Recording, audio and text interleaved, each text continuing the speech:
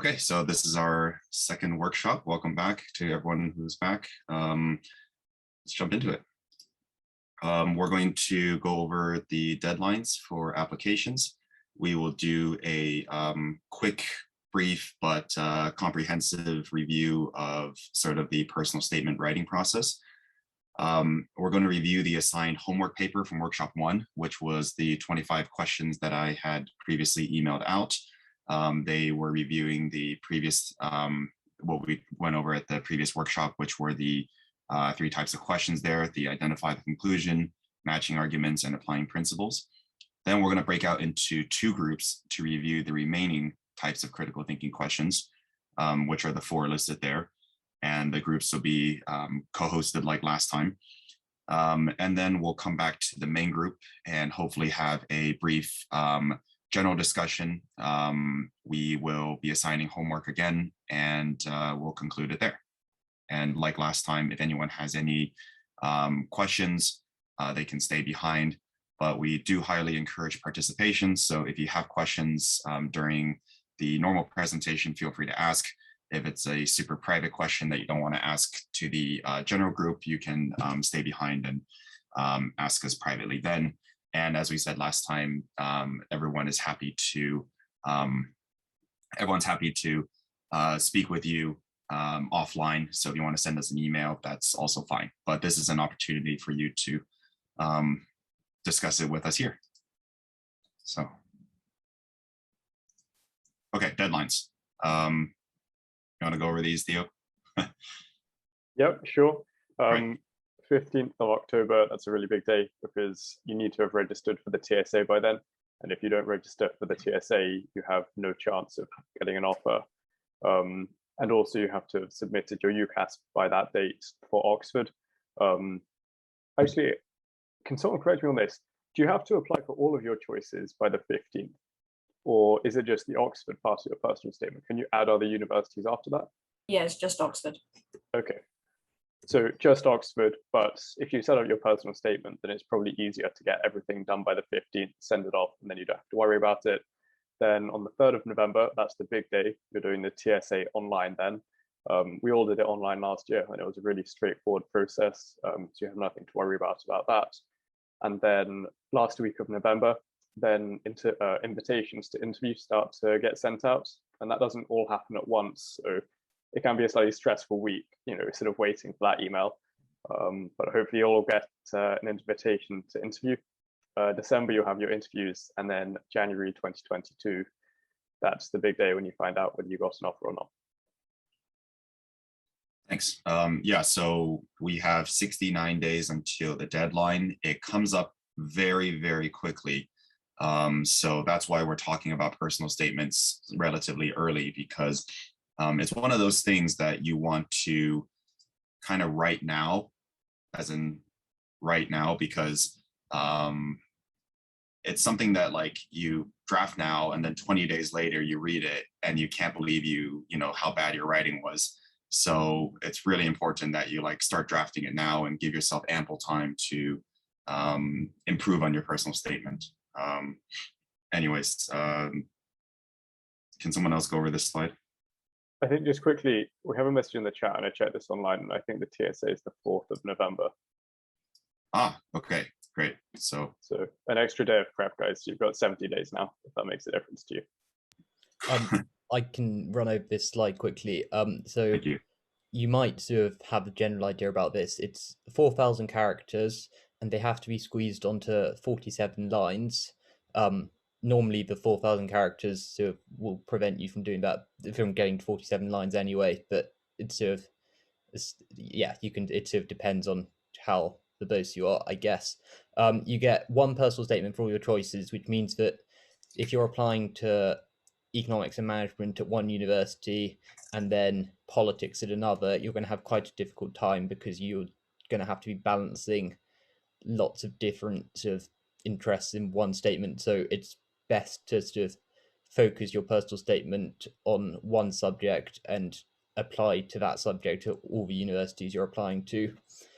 It should definitely be academically focused. You don't really want to be talking about how you're captain of the second netball team or you play the violin in your spare time, that's brilliant, but that's not what they're looking for at all. And while it sort of shows that you are dedicated to something, they know that pretty much all Oxford students will be capable of, all Oxford applicants will be capable of that sort of commitment. So they're then looking for your academic interest beyond that.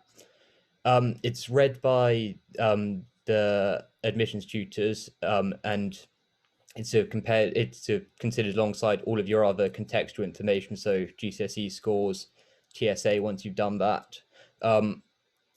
Actually, the E&M and PPE, it's not vital. They rank it as pretty low importance, but it's still important because it affects where else you might get into. So if you don't end up getting into Oxford, it's then very important.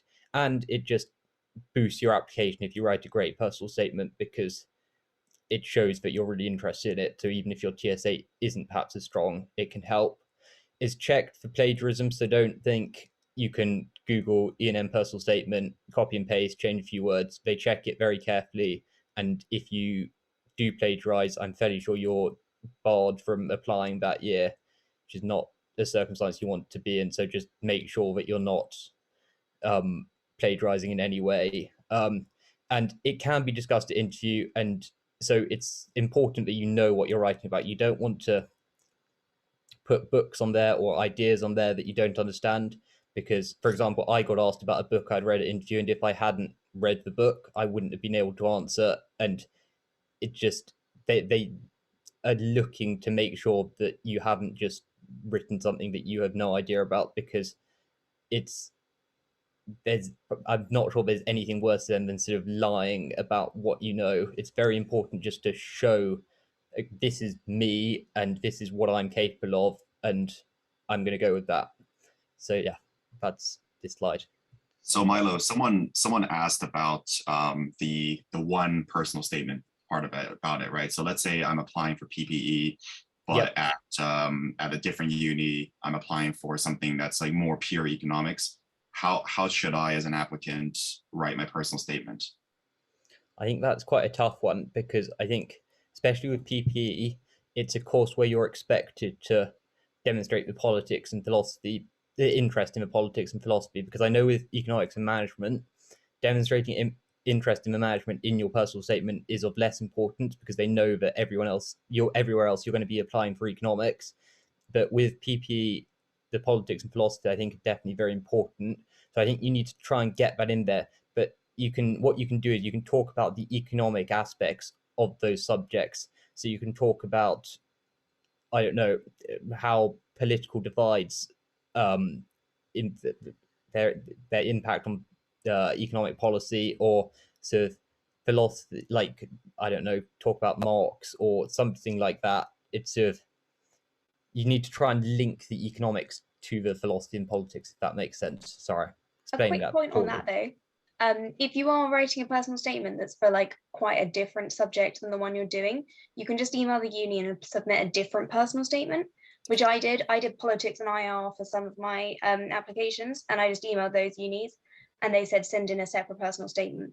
So put the Oxford one on your UCAS, but then email the other unis if you need to. Okay, perfect. Yeah, that's interesting. So what was I just going to say? Okay, I forgot. Oh yeah, extracurriculars. So for example, like let's say you've done the violin, right, and you're really good at it. Then surely you've taken the ABRSM at grade 8. You can put that onto your UCAS application as a qualification, and then that will skip you having to mention it. I mean, remember that your tutors, the people reading these applications, they're very thorough with it, and they will go through your whole application, your contextual data, anything you may have mentioned. So I wouldn't worry about, for example, in your personal statement mentioning like, oh, I've done A-level maths. Like, all the tutors know that, and you're just wasting words if you put that in your personal statement. You can also lean on your referee.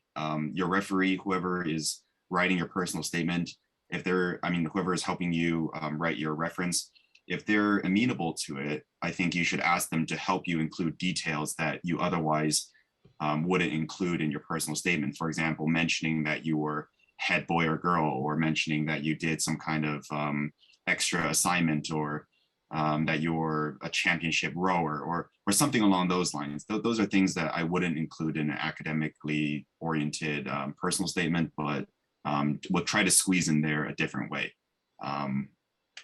And yeah, like Catherine said, 10% of, I think from everything I've heard, 80 to 90% academic, 20 to 10% extracurricular. That's probably a good basis. Yeah. And for our attendance, for our not attendance, for our attendees, you guys will turn on your cameras if you can, because I feel like I'm talking to a brick wall.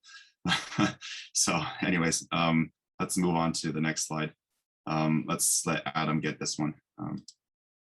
Oh wait, just kidding. This is Joe's video. Okay, so this is Joe. He's doing history at Merton. He's running a page called Oxbridging the Gap. If you guys haven't followed his page yet on Instagram, you should. And he's basically trying to increase access to Oxford's programs. And a big focus of his page is collecting personal statements from admitted students so that you guys can read them and get a good idea of what people have written in the past. You obviously can't copy them, but you can use it as a jumping off point for your own statements. So do check out his page. He has a quick video statement. I think this thing's 5 minutes, but I'll speed it up. So it'll probably be 4 minutes. And let me know if you can even hear this. Hi everyone. Sorry I can't be with you today, but my name is Joe, and I of course run Bridging the Gap on Instagram, and you also find my website somewhere on there. You can hear this, right? Sort of stuck with Wix domain, but we're working with it. I'm hoping Yo-Yo, my Theo, you're putting capable hands, certainly there with the TSA. But I'm sort of here for more kind of general advice. I understand Yo-Yo set some homework on kind of personal statements, and I would say I'm sort of, I'm here to kind of offering general advice. Like I said, you can head over to my page and find personal statement guide. I've already made that. I'm currently working on a personal statement bank, which is essentially going to be a sort of place where you can access annotated personal statements and also sort of more general personal statements. The annotated personal statements are the ones I'm working on at the moment.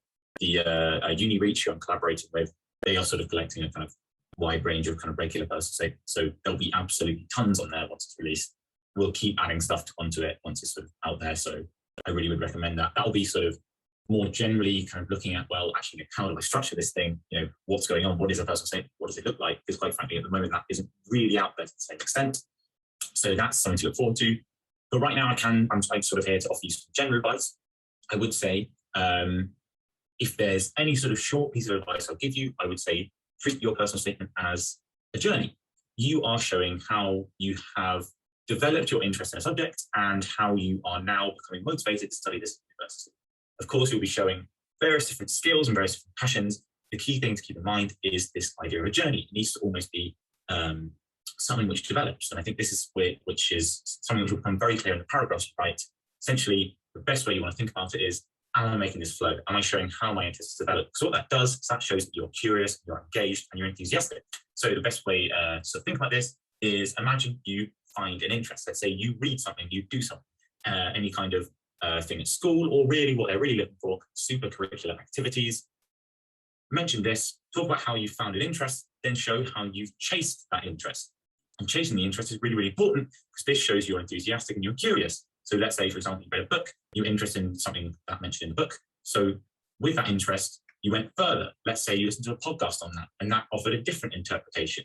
And now you're sort of piecing the sort of pieces together, and you'll find that really interesting. And then always at the end, bring it back to a motivation. This is why I want to study at university. That's essentially sort of how you structure a kind of paragraph in a personal statement. More generally in a personal statement, of course, you've only got 4,000 characters. It seems a lot, but I'll go very quickly. A really good technique, I'd say, is the personal sandwich. Start with something personal at the top, end with something personal at the end. This will present you as someone who is unique. It will catch the reader's attention. Let's remember that the people who read this are reading thousands of personal statements. So you want to stand out, catch their interest immediately. Remember that personal sandwich. So mention personal experiences and reflect on them. Always reflect on anything you say. Do not give them a concatenation of evidence, because that's not going to be useful, because that doesn't show how you react to stimuli. So keep reflection in mind, remember that it's a journey, and also remember to not worry too much about extracurricular activities. Focus on your subject interest. It doesn't matter if you're a hermit. Quite frankly, Oxford kind of love that. So focus in on your subject interest, and don't worry right now if you are sort of struggling, thinking, oh, I haven't read enough books, I haven't read XYZ. Don't worry about cramming into books. You really don't need many examples. Think about right now, what have I done already? Can you link any of these sort of things that you've done together? Maybe that's a paragraph. Have you already got interests, but you haven't really chased them? Chase those interests. You've got a couple months, do it, find what interests you, kind of consider that journey as it's developing, and you'll be fine. Any questions you have, please do get in contact with me. Instagram is @oxbridgingthegap. You can email me, that's exactly oxbridgingthegap@gmail.com. Any way that works for you. Like I said, there's a guide already out there. Personal statement bank is coming. I'll probably be doing some workshop in the future, but for now, do contact me with any questions you have. Thanks, guys. Okay, cool. So, so I think the most important thing I took away from that video was the whole thing about always reflect on what you said. That's really important. And from all the personal statements I've read so far, I think that's the sort of general thing that we can all improve on, is when you mention something, reflect on it and talk about why you included that, or how, you know, its relevance towards your journey, your application, whatever you're trying to prove. Don't just write general facts on your statement. You know, your statement is, after all, a statement. It's an argument. It's not sort of a research essay, if you will. So cool. All right. And I will email out the Bridging the Gap. Oops, I just realized I spelled bridging wrong there. I'll email out the Bridging the Gap personal statement guide. So anyways. I'm also just going to put a link to it in the description now for anyone who wants it. Everyone, sorry I can't be with you today, but my name is Joe. All right. Hi, everyone. Sorry, I'm kind of, okay, here we go. Okay, Adam, you want to get this one? Yeah, okay, so this is just basically a list of things that you'll probably see on it, everyone's personal statement. You definitely don't want to include these things. So saying that politics, philosophy, and economics is an interdisciplinary course, the tutors already know that, and it doesn't tell them anything about why you're passionate about the subject. Generic statements like, I want a career in this field, I want to pursue at a higher level, or the age-old, I've been fascinated since I was a little kid. For misspellings, you might want to go through, make sure you've got everything perfectly grammatically correct. If you're not certain about these things, then you can go on, find a spell checker online, and we'll be going through the personal statements as well. So we'll try and spot anything that you get just a little bit wrong. I think my internet's breaking up, so I don't know if you can hear me right now. Okay. So then there's a list of other things. I'm not just going to tell you everything that's on there, but some general points that I got from when I was reading through everyone's personal statements was, firstly, have your own opinions, because lots of people were telling me about books they'd read and giving lots of information about what was in the books or the courses, for example. But I think the best thing for you to do is take something you've read and then give your own view and expand, develop on what other people have said, because there's nothing really of value in you just reading something and repeating it in the personal statement. And then second biggest thing was, don't tell the tutors things they already know. So that kind of links into the first one. Don't give the tutors a big description of what a certain philosophical or economic idea is, because they'll know this. They want to know what you think about it. And the third thing was, try to be unique. Don't give just opinions that most other people will have. For example, we need to address climate change, or class divisions are bad, two that I wrote down. Obviously, I'm not saying these are bad ideas to have, but I think lots of people will agree with them. And I think you should put your own unique stance on things down. And because trying to stand out from the crowd is probably the best way to get yourself involved. You shouldn't be a contrarian for the pure sake of being a contrarian, right? You shouldn't like be disagreeable if you don't actually have those opinions. But it does help if you have something, you know, think like what fires you up, right? What gets you up in bed, gets you up from bed in the morning, and what strong opinions you have. That's something that you should really focus on. Yeah, like Adam said, a lot of the there is a lot of like fluff that could be eliminated, right? You only have 47 lines. It sounds like a lot. It really is not.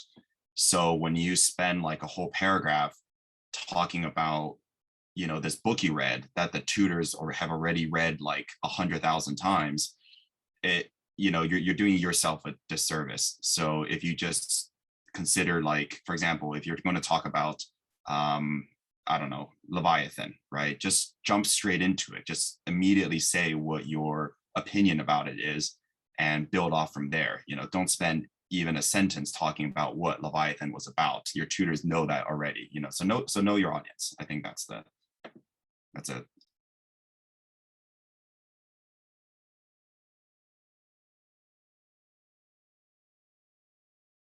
Okay, I don't know, Catherine, you want to do this one? Yeah, sure. Right.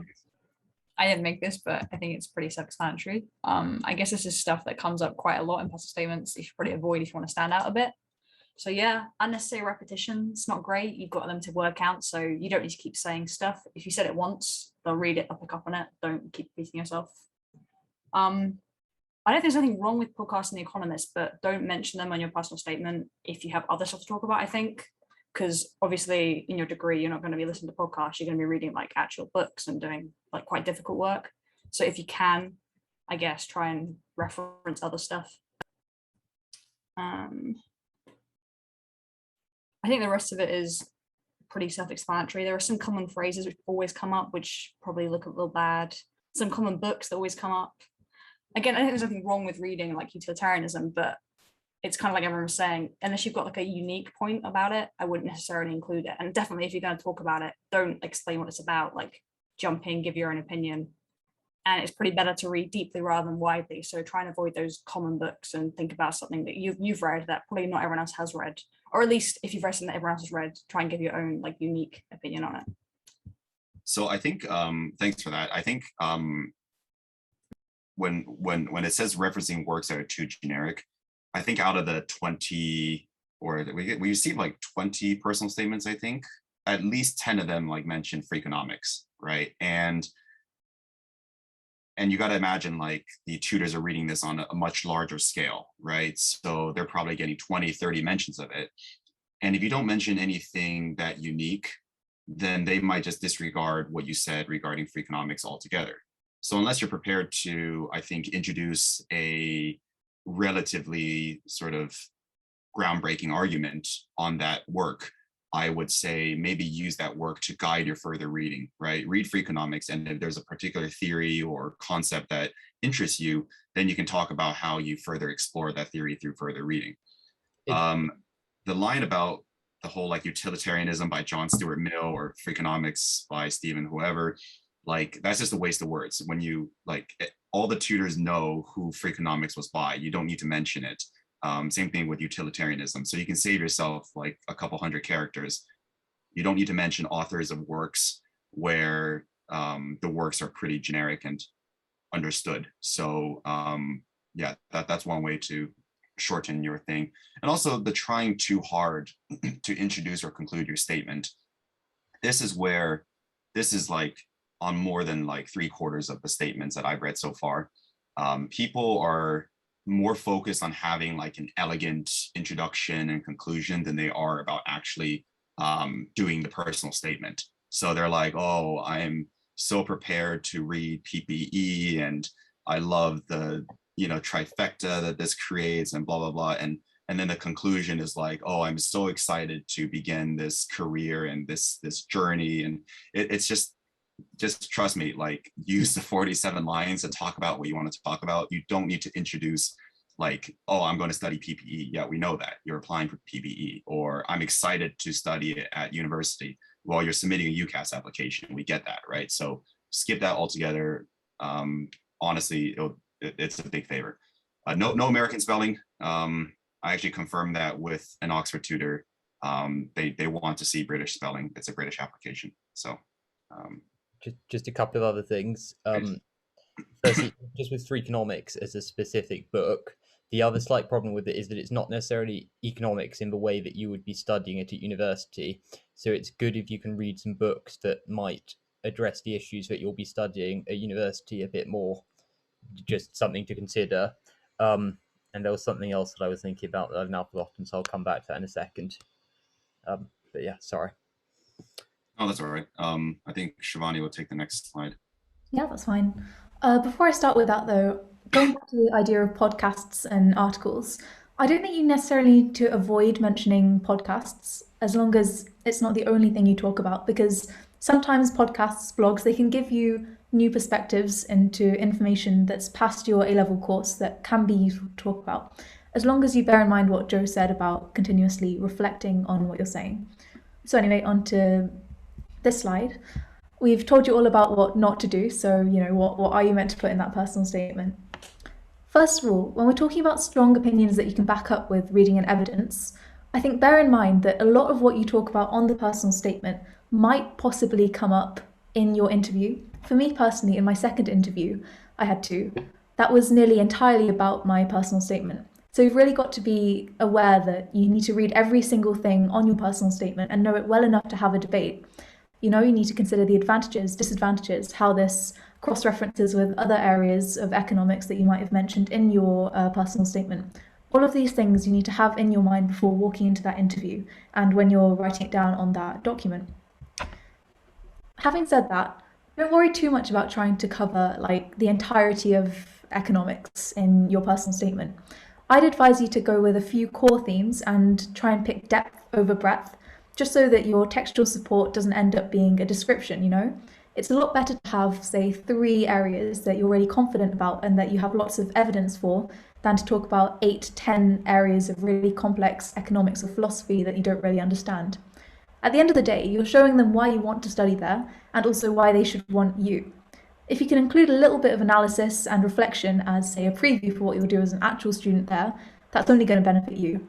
And the best way to get a balance between having a personal statement that's an essay versus personal statement that's just waffle is to really choose topics that you're actually passionate about and that you really understand.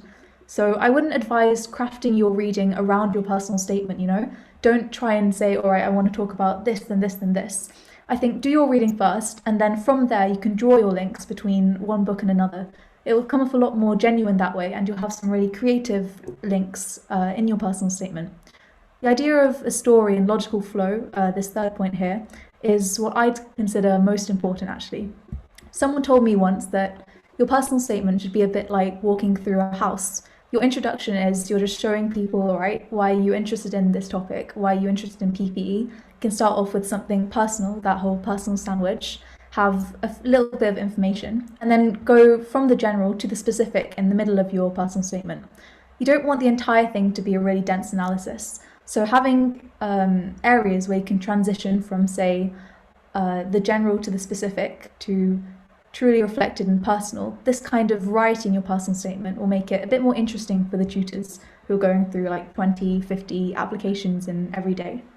And then finally, this whole idea of supercurricular activities and personalization. I think supercurricular are important, but name dropping isn't convincing. It's not enough to say that you've read X, Y, Z books or you've won ABC competitions. I think you need to try and integrate this information into the other things you talk about to really highlight what you've learned and how it worked. So if you did work experience at Goldman Sachs, don't just name drop that. Explain exactly what you learned and how that really provoked your interest in economics and specific areas of economics, not just assuming that the name itself will, get you in. And on the point of personalization, I think having your personality on there is so important. It is a personal statement, not coursework, not some kind of essay. That's what the TSA is for. They're going to use what you mention as a talking point if it's unique, and you really want them to mention what's on your personal statement, to be honest. It made my interview so much less stressful because I knew it was on there. And you'll increase your chances of standing out and having them want to talk to you about it if you really choose something that's unique, it's not generic, and something that you're really passionate about. So yeah, those are the key points I'd highlight if I were you.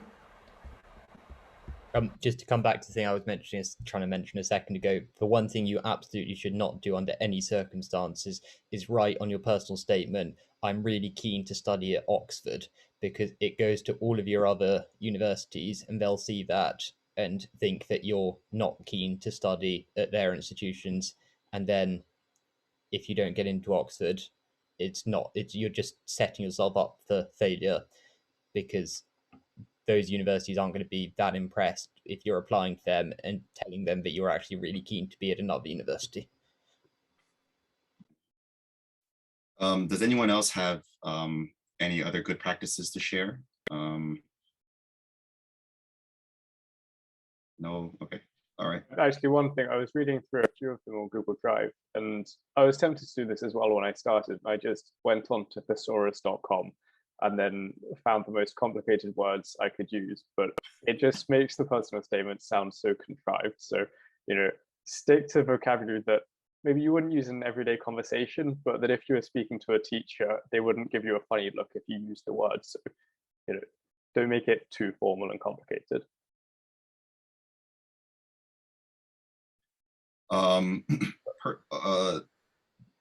Yeah, I think the flow is important.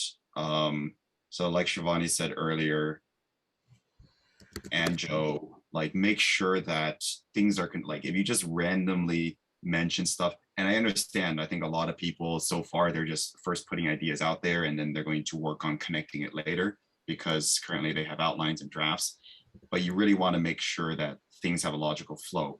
And if they don't have a logical flow, maybe the thing you want to try to do is focus on one thing first, right? Like instead of trying to introduce 3 new academic concepts, try to focus on one first, right? Instead of trying to connect, like forcefully connect them, focus on one first, develop that one argument or one perspective first, and then move on to try to, develop the rest of your statement.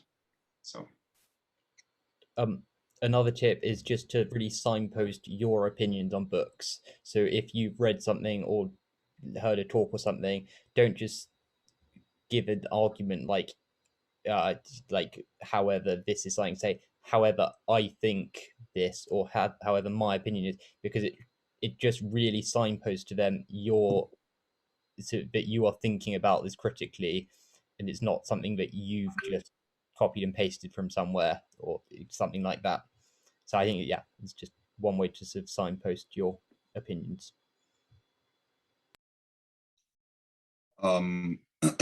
Someone asked, how long should you spend on your personal statement?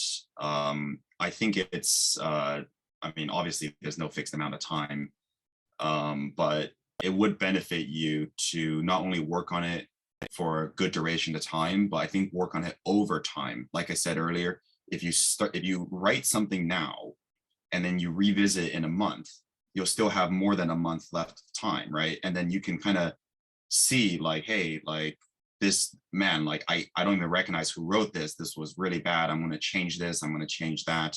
So that's an opportunity for you. I think if you started late, that's the worst thing. So when it comes to timing, it's not about duration of time, but I think it's about when specifically you work on it relative to the application deadline. So give yourself time, because if you realize like you're kind of lacking an argument in one particular area, like Joe said, you have time right now to actually go pick out new books to go read, and you can go and supplement your reading. You can supplement your existing reading. Whereas if you start working on this 10 days before your application deadline, you're going to mention books that are probably irrelevant, that you've never read before. It's not going to help you. And also the big bold text at the top, don't tell, show. Like, for example, instead of saying, I'm very interested in studying PPE, mention something like, just show the tutors, right? Tell them, hey, like my essay won first place in this contest, or I participated in this debate at school about this and that, right? So show them. Don't waste your words telling. And I hope everyone will sort of go through their personal statements and ask yourself, like, is this telling or is this showing, right? And wherever you're telling something, eliminate it and try to put in evidence. There's no need to tell anything on a personal statement. everything should be demonstrated and shown on paper. So. Any other things we should add? No? Okay, cool. Okay, so, oh yeah, and like the personal statements that have been sent in on Google Docs, I'm trying to pull them up now, but they've been shared amongst all the hosts here. And I know some people have gone through the personal statements and helped you guys put some comments and annotated. I mean, by no means are you obligated to listen to our advice or whatever, but I think that was something that helped me a lot during the application process, was having people who had been through the process before help sort of provide me feedback. So again, we have about 20 statements right now. If you guys want to send in your statements, feel free to do so. You can share it with me. I'll share it with everybody else. And we'll refer to those statements sort of on a maybe weekly basis and see how you're progressing. And we can provide you better advice that way. So if anyone hasn't shared their statement yet, go ahead and do so and we can help you out. Okay, so like we mentioned, critical thinking, there's 25 out of 50 questions. Half the questions are critical thinking. Critical thinking means the word-based questions. And it doesn't mean like the long word-based problem-solving questions, which are the sort of mathy, well, again, it's problem-solving. Last week, or not last week, but last session, we went over identify the main conclusion, and then we went over matching arguments and applying principles. And I hope you guys remember those. If you weren't here for the first workshop, you can always go on YouTube and check out the recording. We have a recording where you can see the breakout groups where we discussed those particular items. So today we're going to go over draw a conclusion, which is different from identifying the main conclusion. We're going to go over identify an assumption. And then in the second group, we'll go over assess additional evidence and detect reasoning errors. And after today, we will have gone through all 7 types of critical thinking questions. Every single critical thinking question falls under one of these question types. And I think critical thinking is one of those things where it's like it's really possible to learn how to get a perfect score versus sort of problem solving. You really do run into things where you've never learned it before, and you have to be really creative and on the spot with your thinking. Whereas critical thinking questions, you can really train yourself to get the right answer. So I would really, really focus on this part of the workshop. From the last workshop, we assigned the homework. So I hope you guys have that. The homework is the 25 questions, and it's titled TSA Oxford Homework from July 24th. So we'll kind of briefly go over the homework paper right now. Does anybody have any questions about the homework paper that we can review as a group?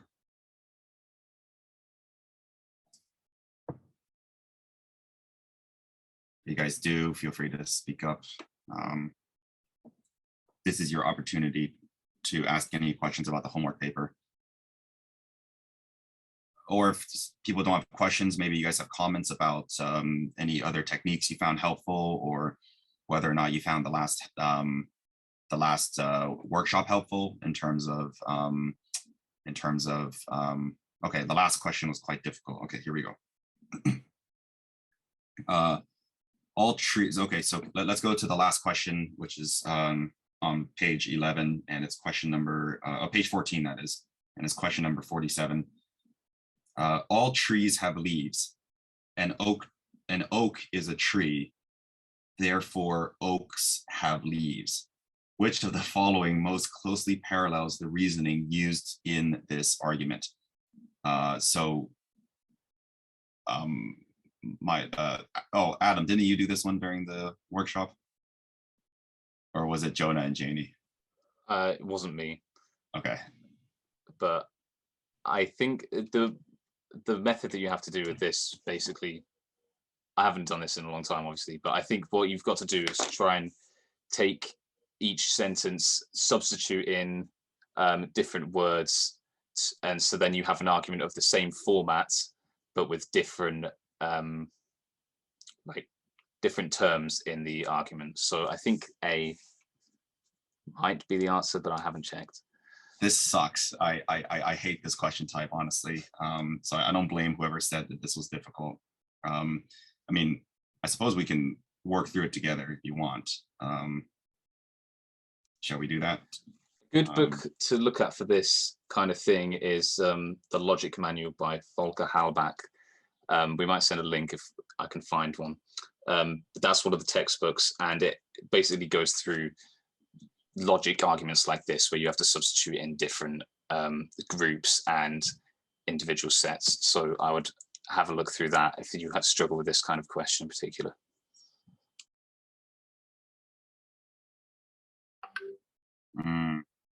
What is the answer to this one? Let me see. All trees have leaves.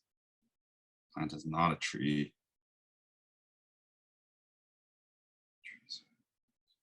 I haven't actually got the question up, but going back to what Adam was saying about the logic manual, something that might make it a little bit more simple, and obviously it's quite a big book to read just for a couple of questions. It's worth just like looking through it and highlighting bits and identifying like the premises of the argument, and then what you could kind of take as a conclusion, and then sort of distilling that into like a simplified version and seeing what matches the answers. So you might get like, oh, you've got the question, that helps. So you have like a statement about a thing, and then you have a statement that says, like, that links to the original statement saying that the oak is the tree, and then the conclusion, right? So you've got two premises and the conclusion, and then you want to like distill that. I haven't actually read the question still, so I'm kind of talking off just my head, but like essentially you should be able to recognize what premises are most similar if you sort of come up with like a simplified version of it, if that helps. If someone could make that sound a bit more like it made sense, that would be great. I've just checked the answer key, and the answer is A. So Yeah. what I was trying to say with hold on. What answer key for which edition of the test? 2011. That's okay. Got it. So if you, I haven't read the other options, but what I'm trying to say is that parallels are all trees have leaves. It's the same as all leaves grow on trees. Basically, we're just switching around the verb from have to grow and trees to leaves and leaves to trees. And then we go into a smaller group, which is the plants. In the first one, we went into a smaller group, and that was talking about an oak. And then we used those two statements to come to a therefore conclusion about it. And if we look at the other ones, I think they won't fit the same logical reasoning. I think at the last workshop, what we talked about was sort of just like remove the words from it, right? So all trees have leaves, so all A have B, right? So an oak, so C is an A, C is A. Therefore C has B, right? C have B. I think that's sort of the argument there, the two premises and the conclusion. What A is saying, I'm trying not to fall victim to this affirmation bias here from knowing the answer, but A is saying, by the way, I mean, anyone who was at the workshop last time, feel free to help me out. Don't leave me here. Let's see, all leaves grow on trees. So let's see, all A on B. Let's see, B has A, C has A, so the plant has leaves.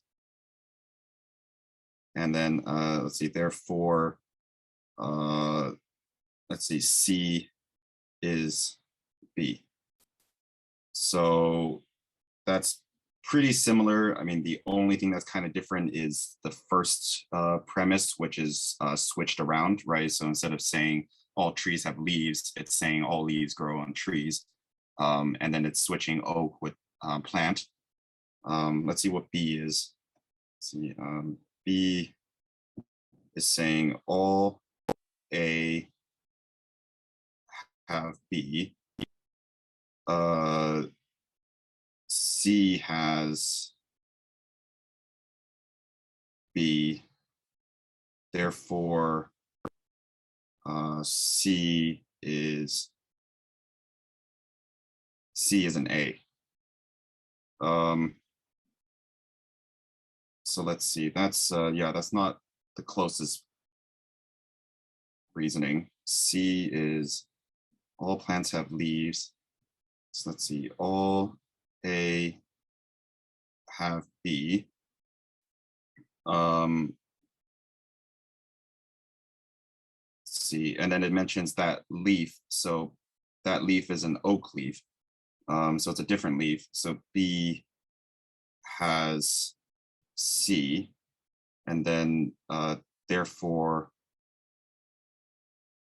all A is C. So this is kind of like introducing the all plants argument. That's not really what the original question is asking. So I wouldn't say it's C. Let's see, D here, all trees have leaves. So all A have B.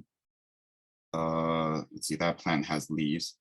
So C has B, therefore C is A. C is A.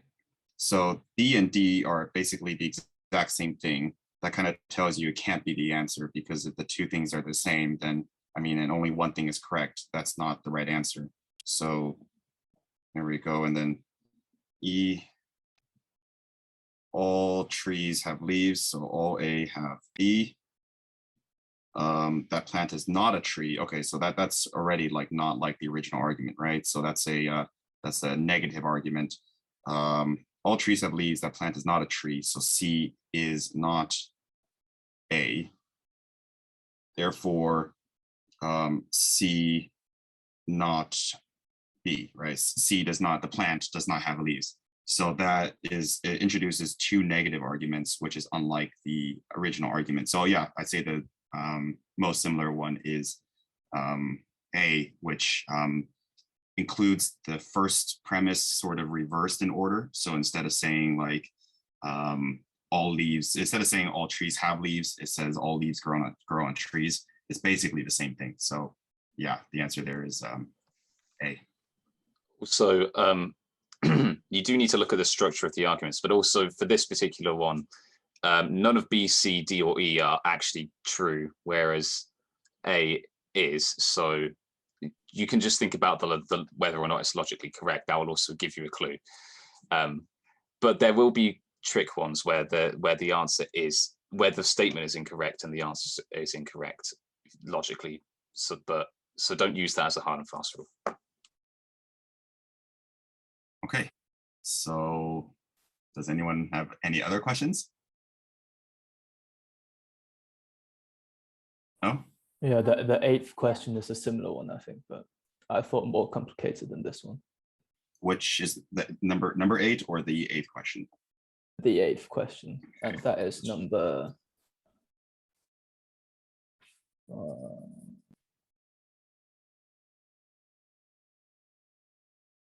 number 46. This one?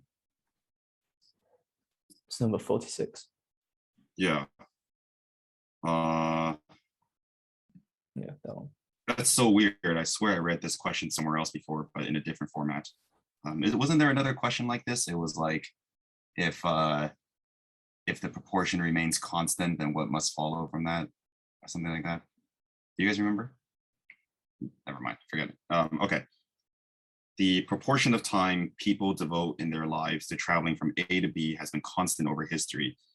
So the advent of high-speed forms of transport simply means that people will travel greater distances. Okay, so let's see. The proportion of time is constant. Okay, so this isn't like a sort of one where you need to substitute like different letters in like A, B, C, sort of like the other question that we just did. It's just asking logically what follows from this argument. So it's saying that if people I think you should underline the proportion of time, right? It's saying that if the proportion of time has been constant, then if you have transport that gets faster and you're spending the same amount of time but on faster transport, then logically you're going a farther distance, right? So that's sort of what that's saying there. And then you just kind of look at the arguments. So it's saying, let's see, mortgage loans have always represented about 3 to 4 times a person's annual income. So that's saying that mortgage loans have always been sort of constant as a proportion of 300 to 400% of a person's annual income. Therefore, a rise in average earnings will mean an increase in mortgage lending. So if people earn more money, then the mortgage loans will increase accordingly because they are a constant proportion of that person's income. So I think the answer is actually A, without even reading the other ones.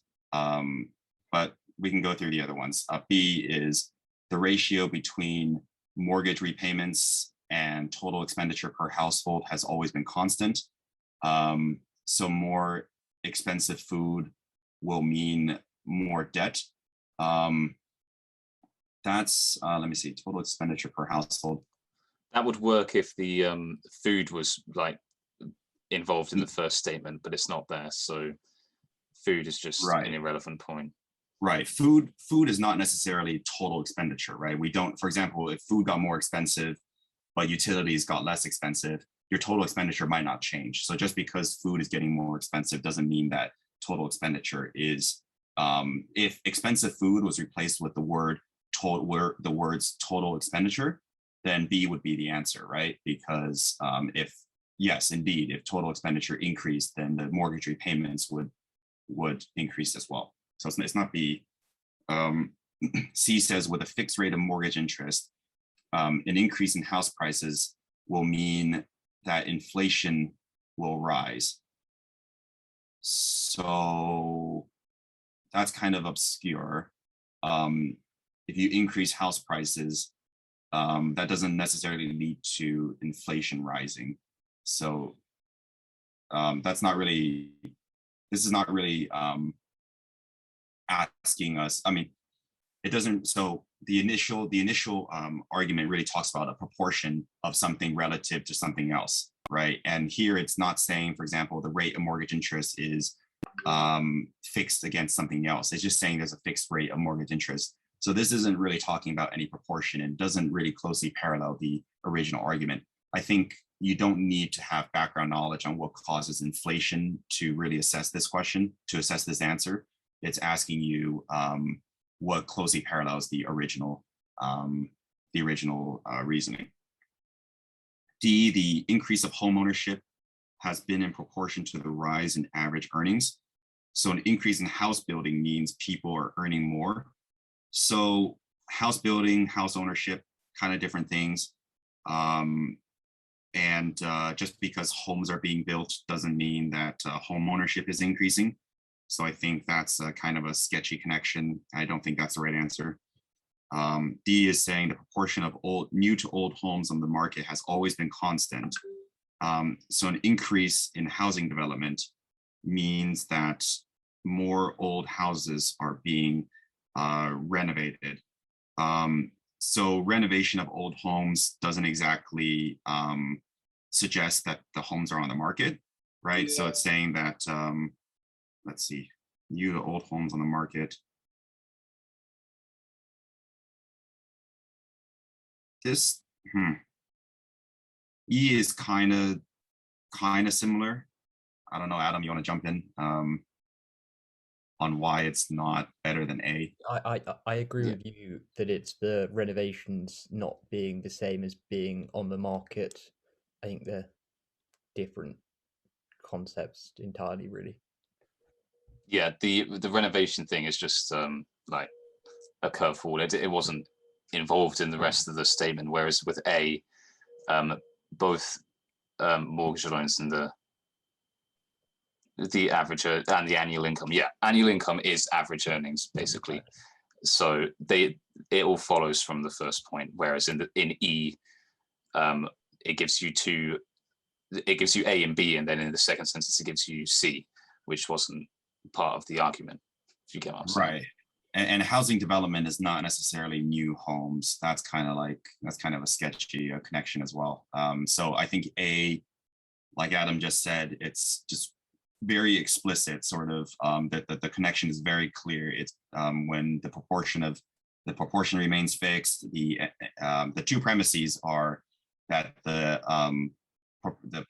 proportion of mortgage loans remains fixed to annual income, and then there is a rise in average earnings, and that the conclusion is that there's an increase. There's therefore an increase in mortgage lending. Yeah, these are a little bit long-winded in terms of explanation. I think on the exam you can do this much quicker. But typically for these questions, I think the best way to do it is to first eliminate things that are completely that just don't make sense to you, that don't follow the original reasoning. And then afterwards, go through, read the original argument one more time, see what it's trying to say and really understand the meaning before approaching the question. Yeah. Are there any other questions we should work through? Maybe question 11. Okay. These are not in order. Is it this one here? Yeah. Yeah, okay. So there is widespread and justified concern about the reliance on expert opinion in law court cases. Where experts disagree on interpretation of the facts, there is always the possibility that the more charismatic and persuasive expert's opinion will prevail for this reason alone. Their reason for holding the opinions they do could be more to do with their own personal prejudices than their professional expertise. However, so already we remember during the workshop, we talked about if there's a word like however, or on the other hand, or not foregoing the aforementioned, something like that, something that really pivots the argument, you should highlight it, because that shows maybe the main conclusion is about to be introduced or about to be argued. So, however, if we want justice to be done, we should distinguish sharply between this and expert evidence, which is not reliant on interpretation. It would be a tragedy if key advances in tackling crime, such as matching DNA, were regarded with suspicion just because such evidence came from an expert witness. Okay, so which of the following is a statement of the main conclusion in the above argument? A, the widespread concern about the use of expert opinion in legal cases is justified. So that is contained in the paragraph, right? It's the first sentence. It says that there is justified concern, but that's not the main conclusion, because that's introducing why we're talking about this in the first place, right? Why are we talking about the reliance on expert opinion? It's because there is widespread and justified concern. So that leads us into a secondary argument. That's not the main conclusion. That's introducing the premises upon which the main conclusion will eventually lie. So it's not A. It would be most regrettable if evidence such as DNA became suspect in legal cases. So that's the last sentence, right? It's saying that if we can't distinguish between an expert's personal prejudices compared to their actual expertise, then it would be a problem. And the paragraph is arguing that we need to distinguish between the two things. And it's building off that argument. It says if we don't distinguish between the two things, then things like DNA could become suspect. So B is supporting the argument that we should distinguish between the two things. All right, so it's not. But just because B is supporting the argument doesn't mean that it's the conclusion, right? Right. Yeah. Yeah. C says, in the interest of justice, we should distinguish between expert evidence and expert opinion. So this is what followed from the however, right? And like I said, kind of seven times out of 10, when the paragraph says however or pivots, that's usually how you would logically introduce the main conclusion, right? So I'm going to circle C for now, because C is really what the paragraph is talking about. D says expert opinion may arise from personal views rather than professional knowledge.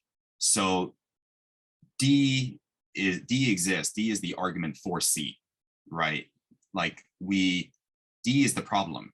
The problem is that expert opinion could come from personal biases and personal prejudices rather than professional knowledge. So therefore, to protect this justice that we've been talking about, to protect the reliance on DNA, we need to distinguish between expert evidence and expert opinion, right? So D supports C, so D is not the main conclusion. And then E says juries may be swayed by the personal characteristics of those presenting expert opinions. So that is also like D. That is supporting why we need to distinguish between expert opinion and expert evidence, right? Because the juries could be swayed, because the juries could feel like these expert opinions are actually facts because of a expert's personal characteristics. We need to distinguish between these two types of evidence in the interest of justice. So it can't be E, because E is again supporting C as a conclusion. So does that make sense? Thank you. Yeah, no problem. Any other questions? I think we'll move on to the breakout rooms. Yeah, in the interest of time. So, okay, who's in which room again? Let me see here. I think it's Catherine and Lottie, and then Adam and Theo. Yeah. Yep. I've got those breakout rooms set up, so I can just click go. Oh, awesome. Okay, you're a Zoom expert. Okay, so Catherine and Lottie will be in one of the rooms. You'll be in good hands. They'll go over, draw a conclusion and identify an assumption. And then Adam and Theo will go over, assess additional evidence and detect reasoning errors. If you guys don't have the TSA 2008 past paper pulled up already, that was the homework for before the first workshop. So can someone send a link to that in the chat, maybe the TSA 2008 section 1? Please have it pulled up. We have the question numbers here. You guys can write down the question numbers if you want to refer to them, and we'll walk it through during the breakout rooms. Okay, so let's break out. Okay. Thanks. Cool. Is that everyone we're expecting? I think so. Yeah. The numbers have been fluctuating a bit, but I think for now at least. Okay, cool. So we're going over the identifying a conclusion and drawing a conclusion, sorry, and identifying an assumption questions. So Catherine will just talk you through what a drawing a conclusion question kind of entails. Sure. Okay. So this is quite similar to identifying the main conclusion, except obviously in this case, the conclusion won't be in the text. So all the normal stuff about conclusion still applies. So the conclusion is supported by all the arguments in the text, and it's kind of like the main point of the passage. So one way you can approach these questions is kind of reading the passage and then trying to kind of summarize it in one sentence, like what is like the passage getting at, what's the main idea there? That's generally speaking the main conclusion. All the arguments in the TSA are valid. So if all the premises are true, the conclusion has to be true and it has to follow from that. So another way you can do it is you can read like all of your options for answers and then read the passage and just think about which one of those options would have to necessarily follow from the text.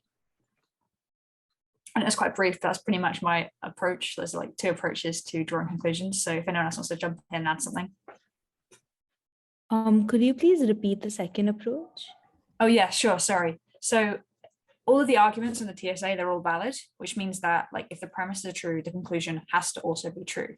So one way of finding the conclusion is you can read all your different options for conclusions. So go through A, B, C, D, and E, and then you can read the passage and you can think about like, if everything in the passage is true, like if the argument they're making in the passage is true, which one of these conclusions would like have to necessarily be true because of that? Because there's going to be one that has to be true if the passage is true, and that would also be the main conclusion. Cool. Yep, thank you. Which question is first again? Is it 4 that we were going to do? Yeah, I think so. Yeah, cool. So I will call on someone unfortunate to talk us through what they thought about the question and what answer they got. Patricia, do you want to tell us what answer you got and how you got to that answer for question 4? So my answer is B. Someone can be a genuine socialist while enjoying a high standard of living. because just by reading the whole passage, it just like seemed to like get to the conclusion that where it says like therefore you're not really a socialist, but this can be easily answered. It's just getting to the conclusion that you can be a socialist while having a high standard of living. It says there's no hypocrisy. So that's why I got B. Yeah, no, B is the right answer. So good job. And yeah, your reasoning was really good as well, that you recognized where the conclusion was actually coming in the argument. Like in this one, obviously, it was the last sentence. A good thing to note, though, is that the last sentence of a paragraph or like a bit of text that you get isn't always the conclusion, because that is like sometimes an easy thing to pick up on and like go, oh, it's the last sentence, so that must be the conclusion. But yeah, that was really good. You said you'd seen it quite clearly, which for some of these questions, it's actually, yeah, like you will just look at it and read the paragraph and be like, that's the right answer. But just for like clarity, why the other 4 answers are wrong. So part answer A will be wrong because there's actually no reference in the text to people amassing greater wealth than others. There's no sort of relevance to that to actually finding an answer to the question. C would be wrong because there's no evidence for that one particularly. In fact, there's the particular quote in here that objecting to socialist principles, even though like you enjoy a higher standard of living, almost suggests the opposite. So that one would be wrong. D, again, there's no talk about morality or immorality in relation to your wealth in the passage. And E is in fact what it's trying to disprove, not what it's trying to prove. So that would be what to kind of look for if you've got a bit stuck on that question. Did you want to add anything, Catherine? No, that was great. I think you covered everything. Has anyone got any questions about this specific question? No? Okay. Should we try question 15 then? Yeah.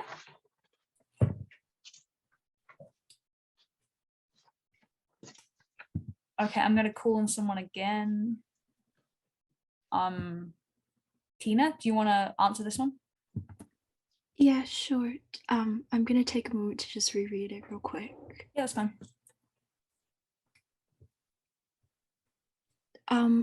So I put C, and the reason why was because like the main topic the passage seemed to be like centered around was the random drug testing, and throughout it was kind of mentioning like the different versions of drugs, like cannabis versus heroin, and basically talking about how like the random drug testing failed to account for, I think it was heroin.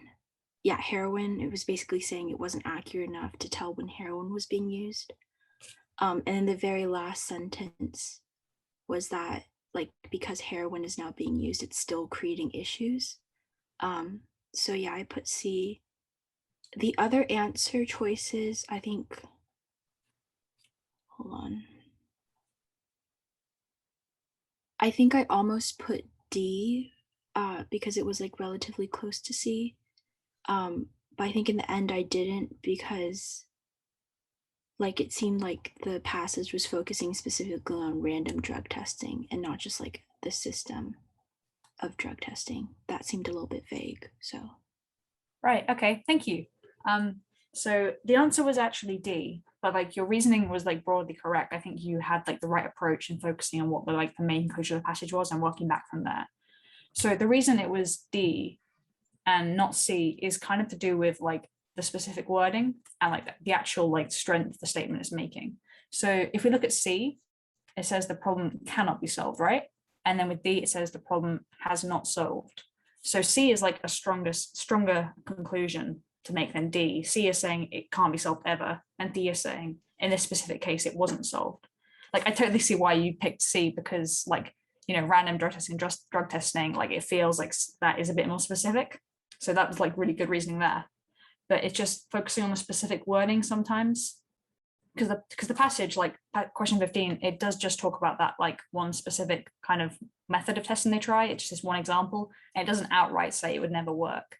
So if you can narrow it down to C and D, we know because it doesn't say it could never work, then C can't be the answer, so it has to be D. But thank you for sharing. And like, yeah, that's how I would think about it. It's just the difference between cannot and like has not. It's like a really small one. Cool. Question 28 is the next one of the drawing and concluding questions. Cool. So this one talks about genetically modified crops. So Milton, do you want to talk us through what answer you got and how you got there? Yeah, I don't have the answer for me, so I'll just look at it quickly. It's okay. Okay, that's cool.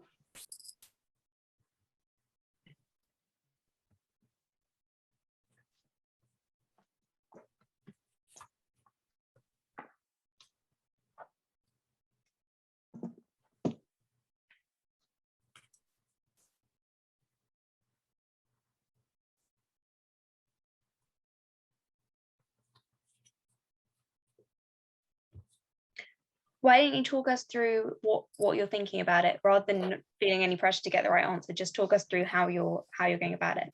So I just look at the paragraph first, and well, at the beginning of the paragraph, they're giving information on what a pesticide is and what it does, and essentially it's saying that pesticide doesn't work if it's applied for a long period of time, and the genetically modified crop will produce pesticides for a long period of time, and therefore I think the reasonable conclusion would be that therefore it would not work. And I guess I'll just look for a similar conclusion in the answers. A seems to be broadly on the same line. B is not the right reason, even if it's the right conclusion, so to speak, because it's not the contamination that matters, but rather the ineffectiveness. And C is wrong because it actually causes the overuse of pesticides in terms of the pesticides it itself produces. D is wrong because it contradicts what the paragraph is saying. It can't control we can't control how long it's used because it's continuous. And E is a right statement, but not the conclusion itself, because it doesn't talk about the effectiveness of the pesticide and the plant. So I would go with A probably.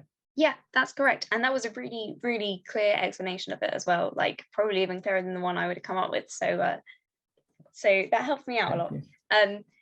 Yeah, the key three pieces of information that I would have picked up on when looking at this question is that modified crop plants produce their own pesticides, that pesticides don't work if they're overused, and that the new plants will produce pesticides continuously. Those are the three like really key bits of information that you want to be picking up on and going, okay, like the rest of it is mostly just filler text. And yeah, then you really clearly get the answer A. The two that I would rule out immediately would be B and C, because they're just kind of irrelevant to the main passage that we read. But then D and E, you can understand why people might go for those two, because there is sort of, if you don't quite read the passage fully, then you might sort of you might get misled, especially with E, because it is true, it's just not relevant to the actual argument. Yeah, did anyone want to add anything to that? No, I don't think so. Cool. Should we try question 39 then? Go for it.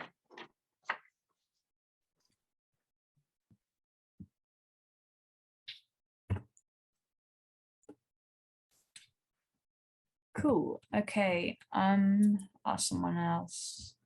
Oh, I'm probably gonna say this wrong, but Risha, could you talk through like what you did for question 39? Yeah, sure.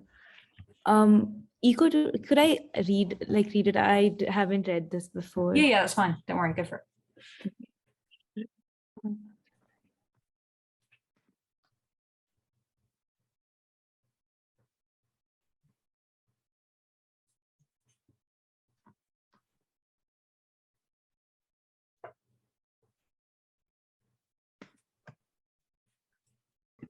I think it's saying that tourists may introduce diseases to animal population. So even though ecotourism is good, it has negative impacts to animals. So subtle change.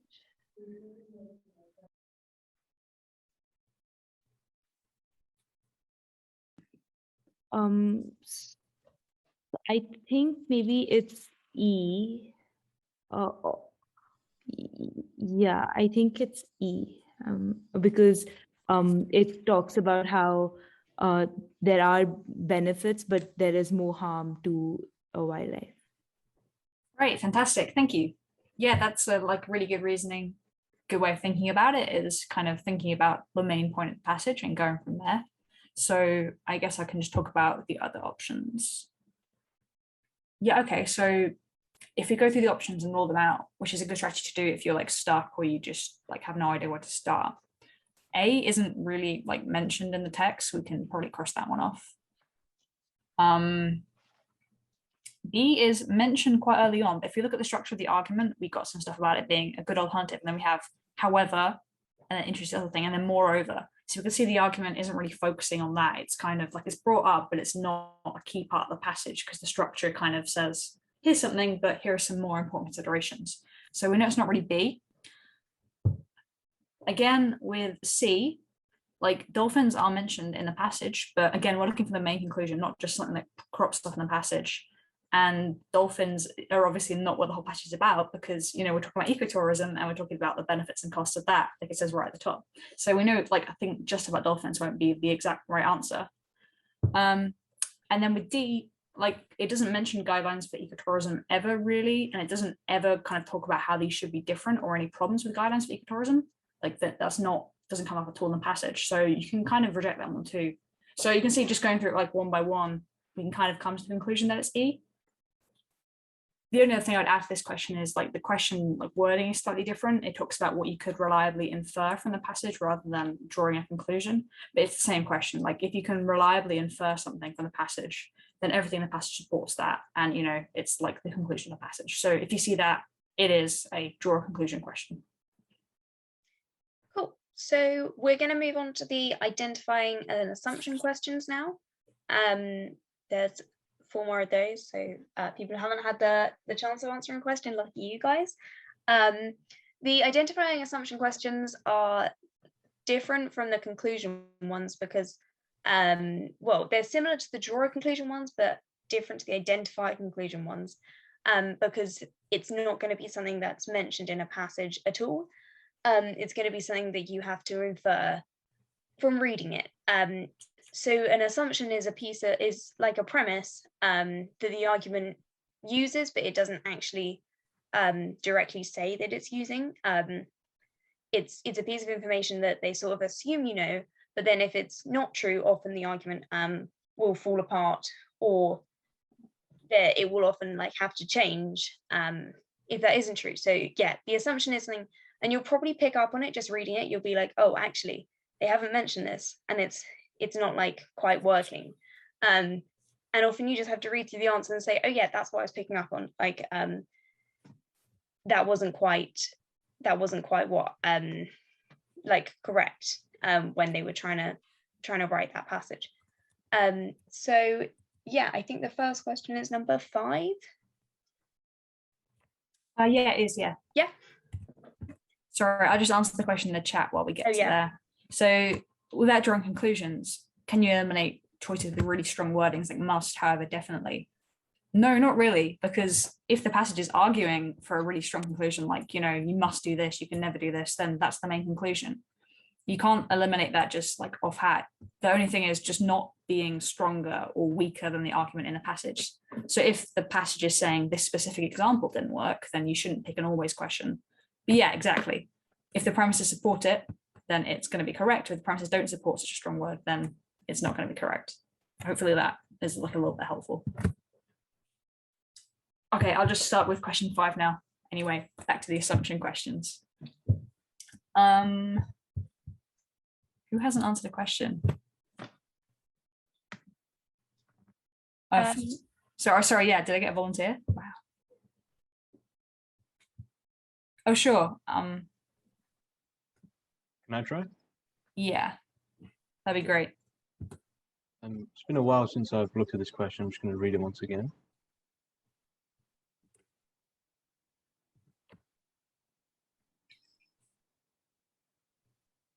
Okay, so essentially, the student union of this university has to carry out improvements to lighting for the general safety of the students, right? However, the second paragraph states that the lake area should be avoided because it belongs to the city council. Now, in this case, the question equates measures taken by the university with safety. I don't know, that's kind of the general inference that I made. So then just looking at the options, an underlying assumption would be that because of the reforms of the city council, or because of the lack of reforms, those areas should be avoided. So I'll go through each option. Option A is, it's not discussed at all. The concept of relying on others simply isn't mentioned, so I could just disregard that. The city council regard the lake areas of part of the campus. I mean, even if that is true, it's not relevant to the idea of safety in this. So again, I just disregard B. Students walking on campus at night would have to go by the university lake. That's cool, that's a fact, but again, not really relevant. The safety measures taken by the city council are either non-existent or inferior to those implemented by you. Yeah, that correlates with the assumption that I identified, and I don't know, logically follows. So I'd earmark that. I'm not completely sure because I'm not ready yet, but for now, yeah, probably. The executive of the student union is not merely seeking popularity. Yeah, it's just complete, but no, that's not discussed at all. The motives behind it, other than safety, is not discussed. So it's probably just D. Awesome, thank you. That was really clear. So thank you. That was like a really good example of how you would reason through systematically. So I think that's a really nice way of doing it, is going through and trying to think about the assumption the question's making. Another approach is trying to find the main conclusion of the paragraph and thinking about what would support that. So this one is basically saying, like, you know, we're doing some reforms, but they haven't happened in the university lake and surroundings. Therefore, you shouldn't walk in the lake and surroundings at night. And so I guess once you identify the main conclusion, you think about why you would actually come to that conclusion. I mean, the only reason you come to that conclusion about not walking there, if you're concerned about safety, is that if you think it's going to be unsafe. And you'd only think it was unsafe if you think the city council can't do the safety measures as well as the student union. So if you identify the main conclusion, you can sometimes work back from there from the assumptions that are required to make that conclusion true. If anyone's got any questions or wants to add anything, just jump in now. Otherwise, can we move on to the next question, I think. Yeah. Okay. I'm definitely going to say this wrong, but Krutika, would you mind talking us through your thinking and what answer you got for question 16?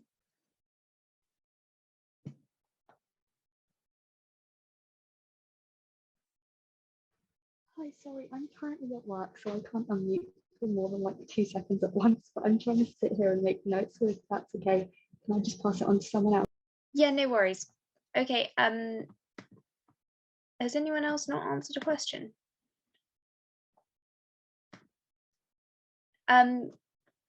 Versailles, have you answered one of them? Am I saying that right? Yeah, you are, don't worry. Would you like to talk us through what your reasoning is and what answer you got for question 16? So in here, it's debating between patients' right to know the truth and whether doctors should tell them about their symptoms. So it concludes that sometimes doctors don't have a choice and that they should deceive the patient. So I think that if they have no choice and they must deceive the patient to preserve the well-being, it means that they give more importance to well-being as opposed to knowing the truth. So just going through the choices.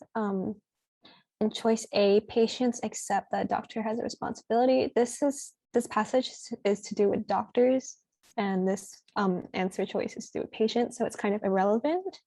So we can kind of like eliminate that one. B, doctors have a duty to conceal the truth if they believe it will frighten the patient. The argument is talking about the patient's well-being, and so frightening the patient and well-being, I don't think it's that relevant. I think C can just be eliminated right off the bat, because even when the truth would upset them, but the argument says the opposite. I think D would be the answer, because it's kind of like what I was saying earlier. If doctors should deceive patients for their well-being, means that they must give a greater importance to their well-being, and so therefore they should be more responsible for patients' well-being. So I think it's D. Yeah. Yeah. Awesome. Yeah, that's the right answer. And that was really well reasoned as well.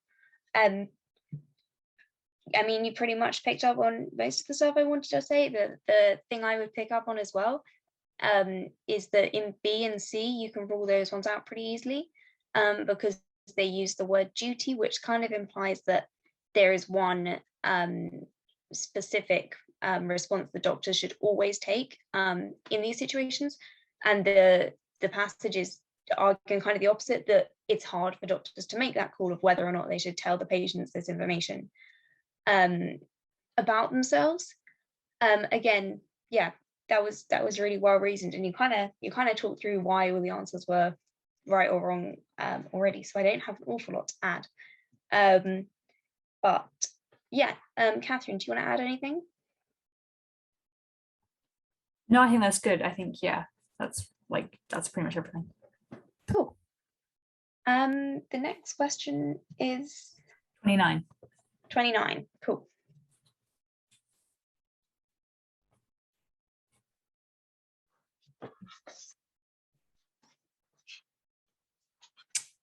Cool. I think everyone has answered a question already.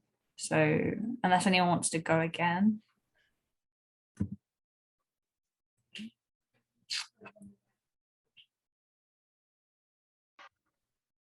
Could I try? Oh yeah, that'd be great. Go for it.